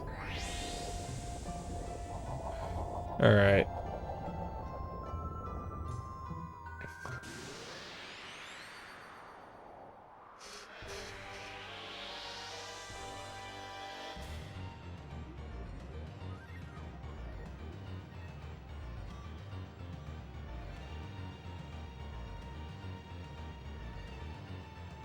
Guide, what do you mean by death laser? Oh, that's odd. This boss looks suspiciously similar to the first boss of Klonoa 2. That's weird.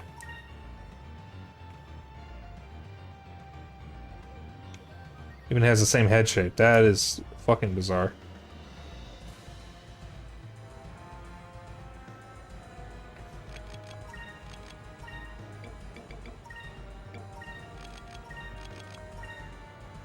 Yeah, I'm gonna be honest, I didn't think this entire segment would take you this long. I thought you would have been past this boss like 10 to 15 minutes ago. I got a little lost.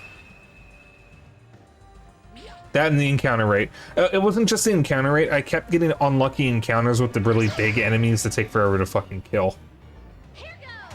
So it wasn't just the encounter rate, it was the enemies I was getting. I was getting some really unlucky combinations. Because if I got the Frostworm or the Sloth, I had to waste an extra turn to get Pirate's Wrath. Until I figured out that I could do it a little faster.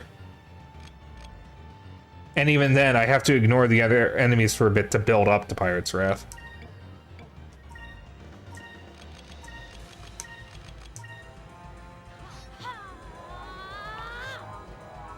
But mostly it's the encounter rate.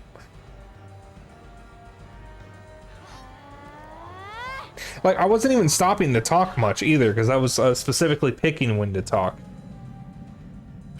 Normally I have a problem where I just yap on and on when I have a dialogue box up, so like the game doesn't progress at all. And you kind of don't miss some older RPGs. I want to say they adjusted the encounter rates for Legends, but they were pretty trash in this version.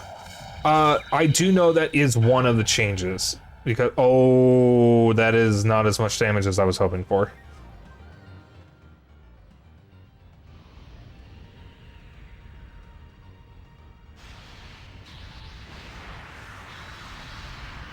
Uh-oh. Okay, that's not that bad. Aika will not be able to take another hit, though. Luckily. Yeah.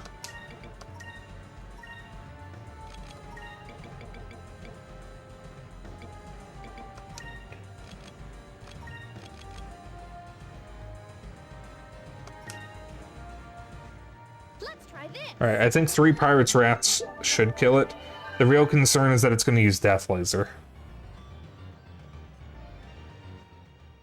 Okay. Oh god, he's targeting advice.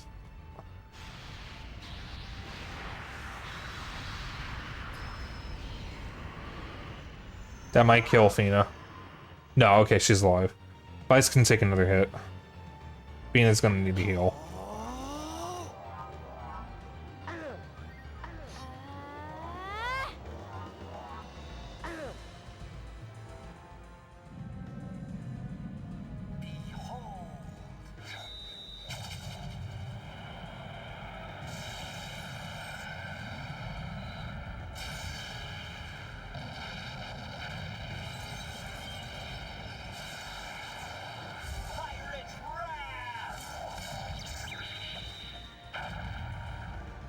Alright, one more Pirate's Wrath will definitely kill.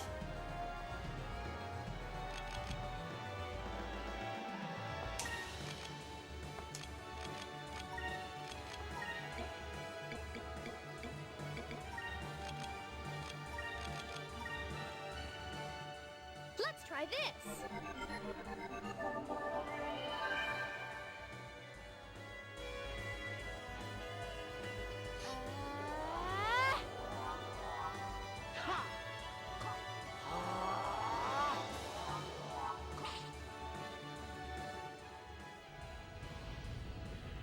Targeting Enrique. That might not hit anyone else.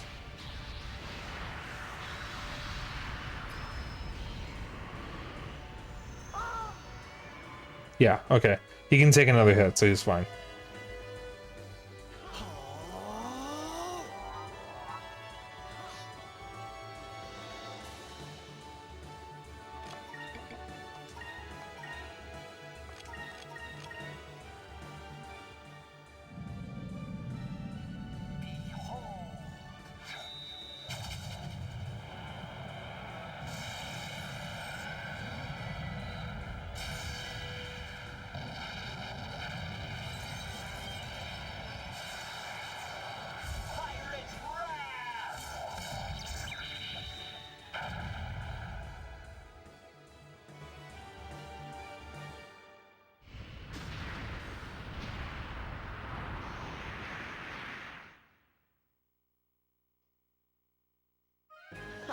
That was easy.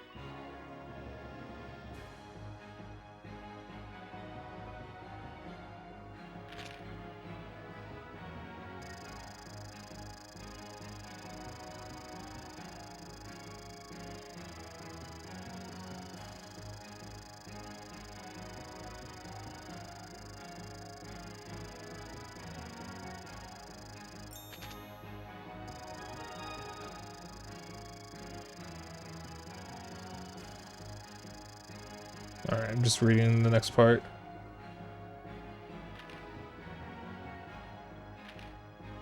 Alright.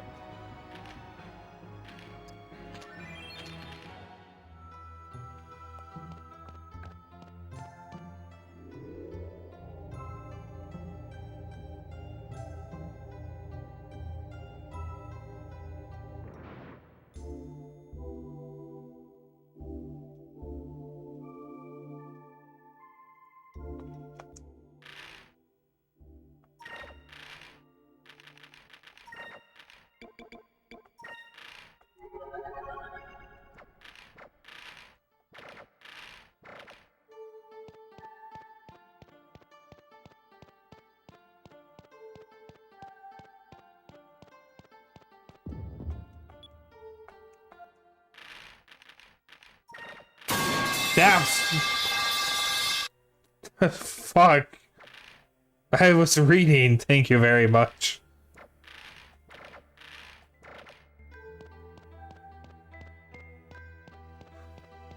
But I'm sorry, am I not talking enough? I was reading. Kinda just zoned out there, I guess.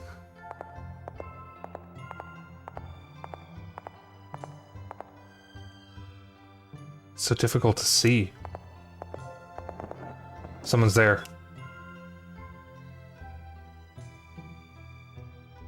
Drachma? Oh. I don't believe it. Who's there? Drachma? Captain! What are you kids doing here? It really is you. I never thought I'd see you again. Oh, she's rubbing up on his beard. Yeah, well, it's been a while, Captain. Heh. I had a feeling you survived the attack. But, Captain, what are you doing at the bottom of Glacia?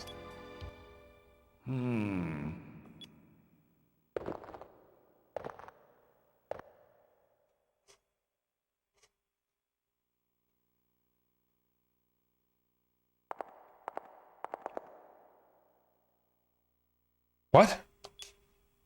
No, it's not.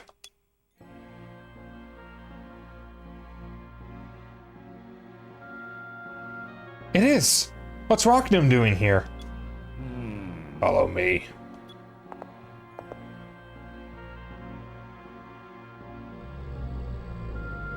Is he dead? No. He's still alive. But he was badly wounded by Ramirez's ships. It is a fatal wound. Rocknum is dying.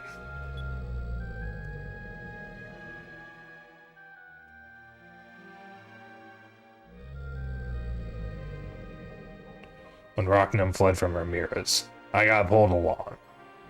If I wasn't attached to him, the little Jack would have been destroyed. This is his home. Captain, you mean to tell me that you've been alone here with Rocknum the whole time? Is that? Vice, look, that light. What?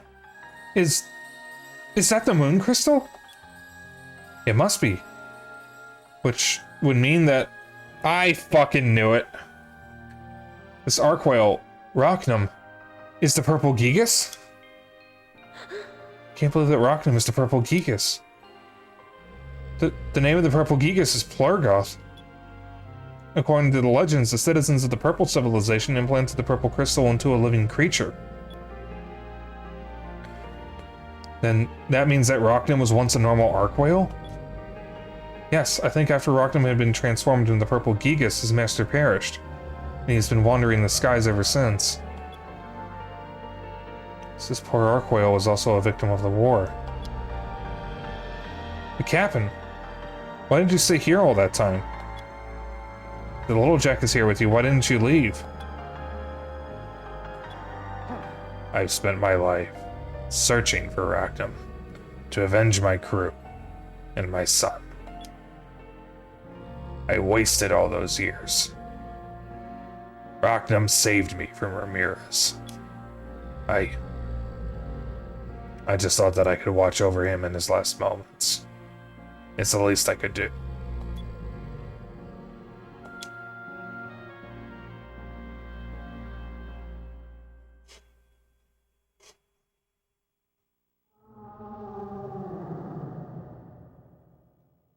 Why is he making that noise? I'm not sure. What's wrong? I'm here for you. This isn't good. Look at his eye. Rocknum. I see. It's time for you to go. Time for you to join your friends. Goodbye.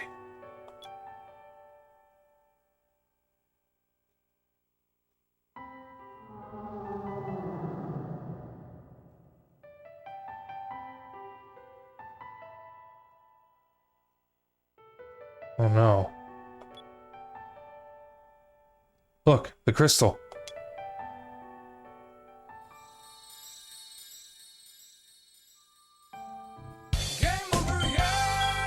Jesus Christ, Mal.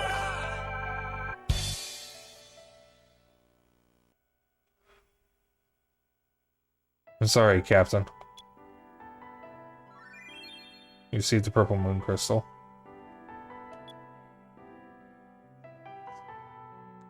God damn it, Mal.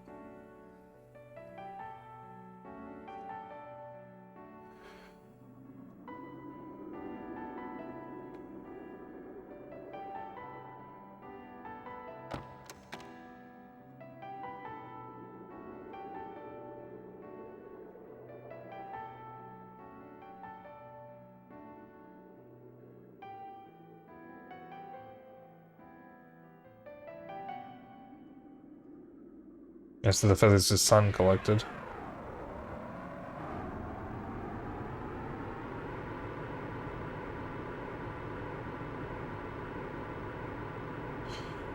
Captain, are you really going to leave us? Jason Rockton was my reason for living. And now I've got to start over. When you're as old as me, it's not easy to change your ways. I'm sorry, but I cannot go with you. Vice, are you sure we should let him go? Yeah, we should just let him go. Uh-huh. Yeah, we should just let him go. I can't imagine what he's going through right now. Captain, we finally met up again, but I guess this is goodbye. Boy. You become quite a sailor. I'm proud of you. It's a little strange to hear compliments coming from you. Captain, before you go, there's something I wanted to tell you.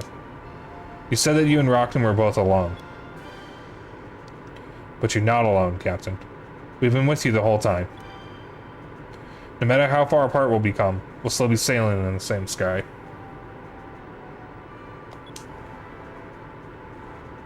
The same sky, the same clouds, the same wind. We'll always be together in one way or another. We'll never forget you.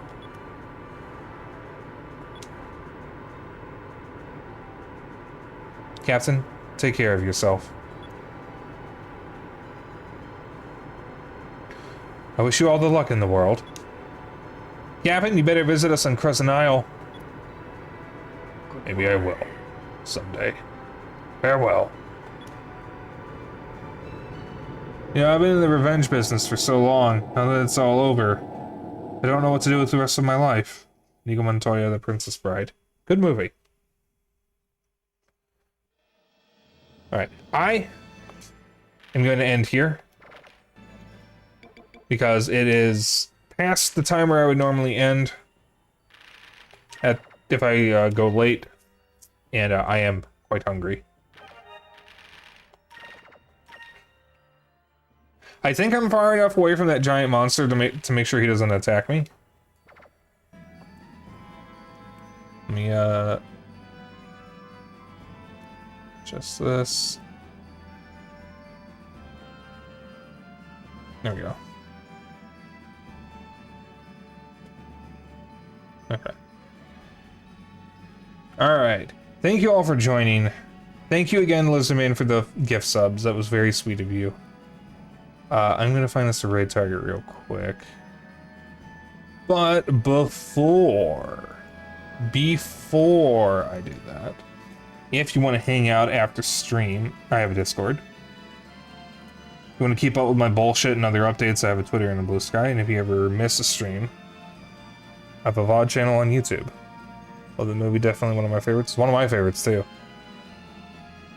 I haven't watched it in a long time, though. I really should rewatch it. It's been too long.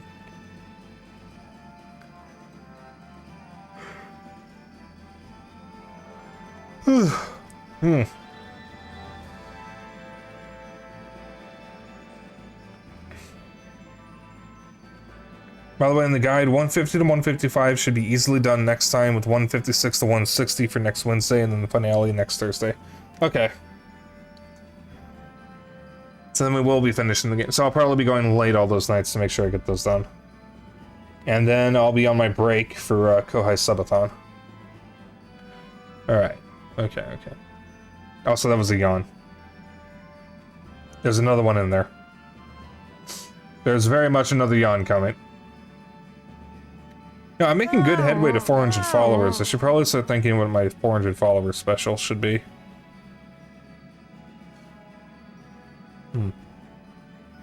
Alright.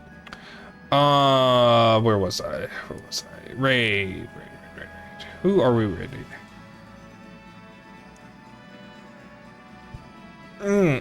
I unhinged my jaw for that one. Oh dear, that was another raid, yawn. Oh boy.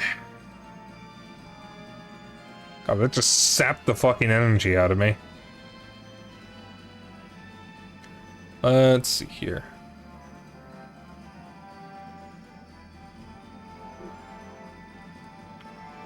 Alright. I know who we're gonna raid. We're gonna raid Emil Faru. That's how you pronounce his name. He is playing Wizardum. I don't know.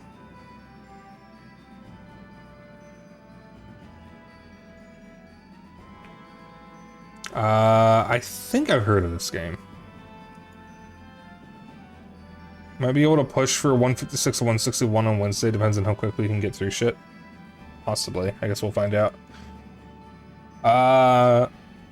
Raid message. Let's just go with Dapper Dragon raid. I don't raid Emil often. They do know who I am. So they are following me on Blue Sky, I think. Maybe Twitter as well. And they know a few people that I know.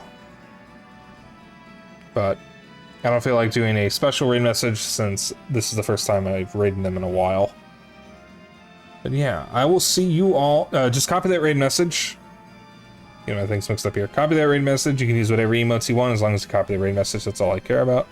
I will see you all tomorrow for more Skies of Arcadia. And then I'll be back on Saturday with Splatoon 3 and Sunday with Hey You Pikachu. It has been over 20 years since I last played Hey You Pikachu, so it'll be very interesting to revisit it. I will see you all tomorrow. Let me get that raid started. Do not raid Skies of Arcadia. What the fuck is wrong with you, Spike?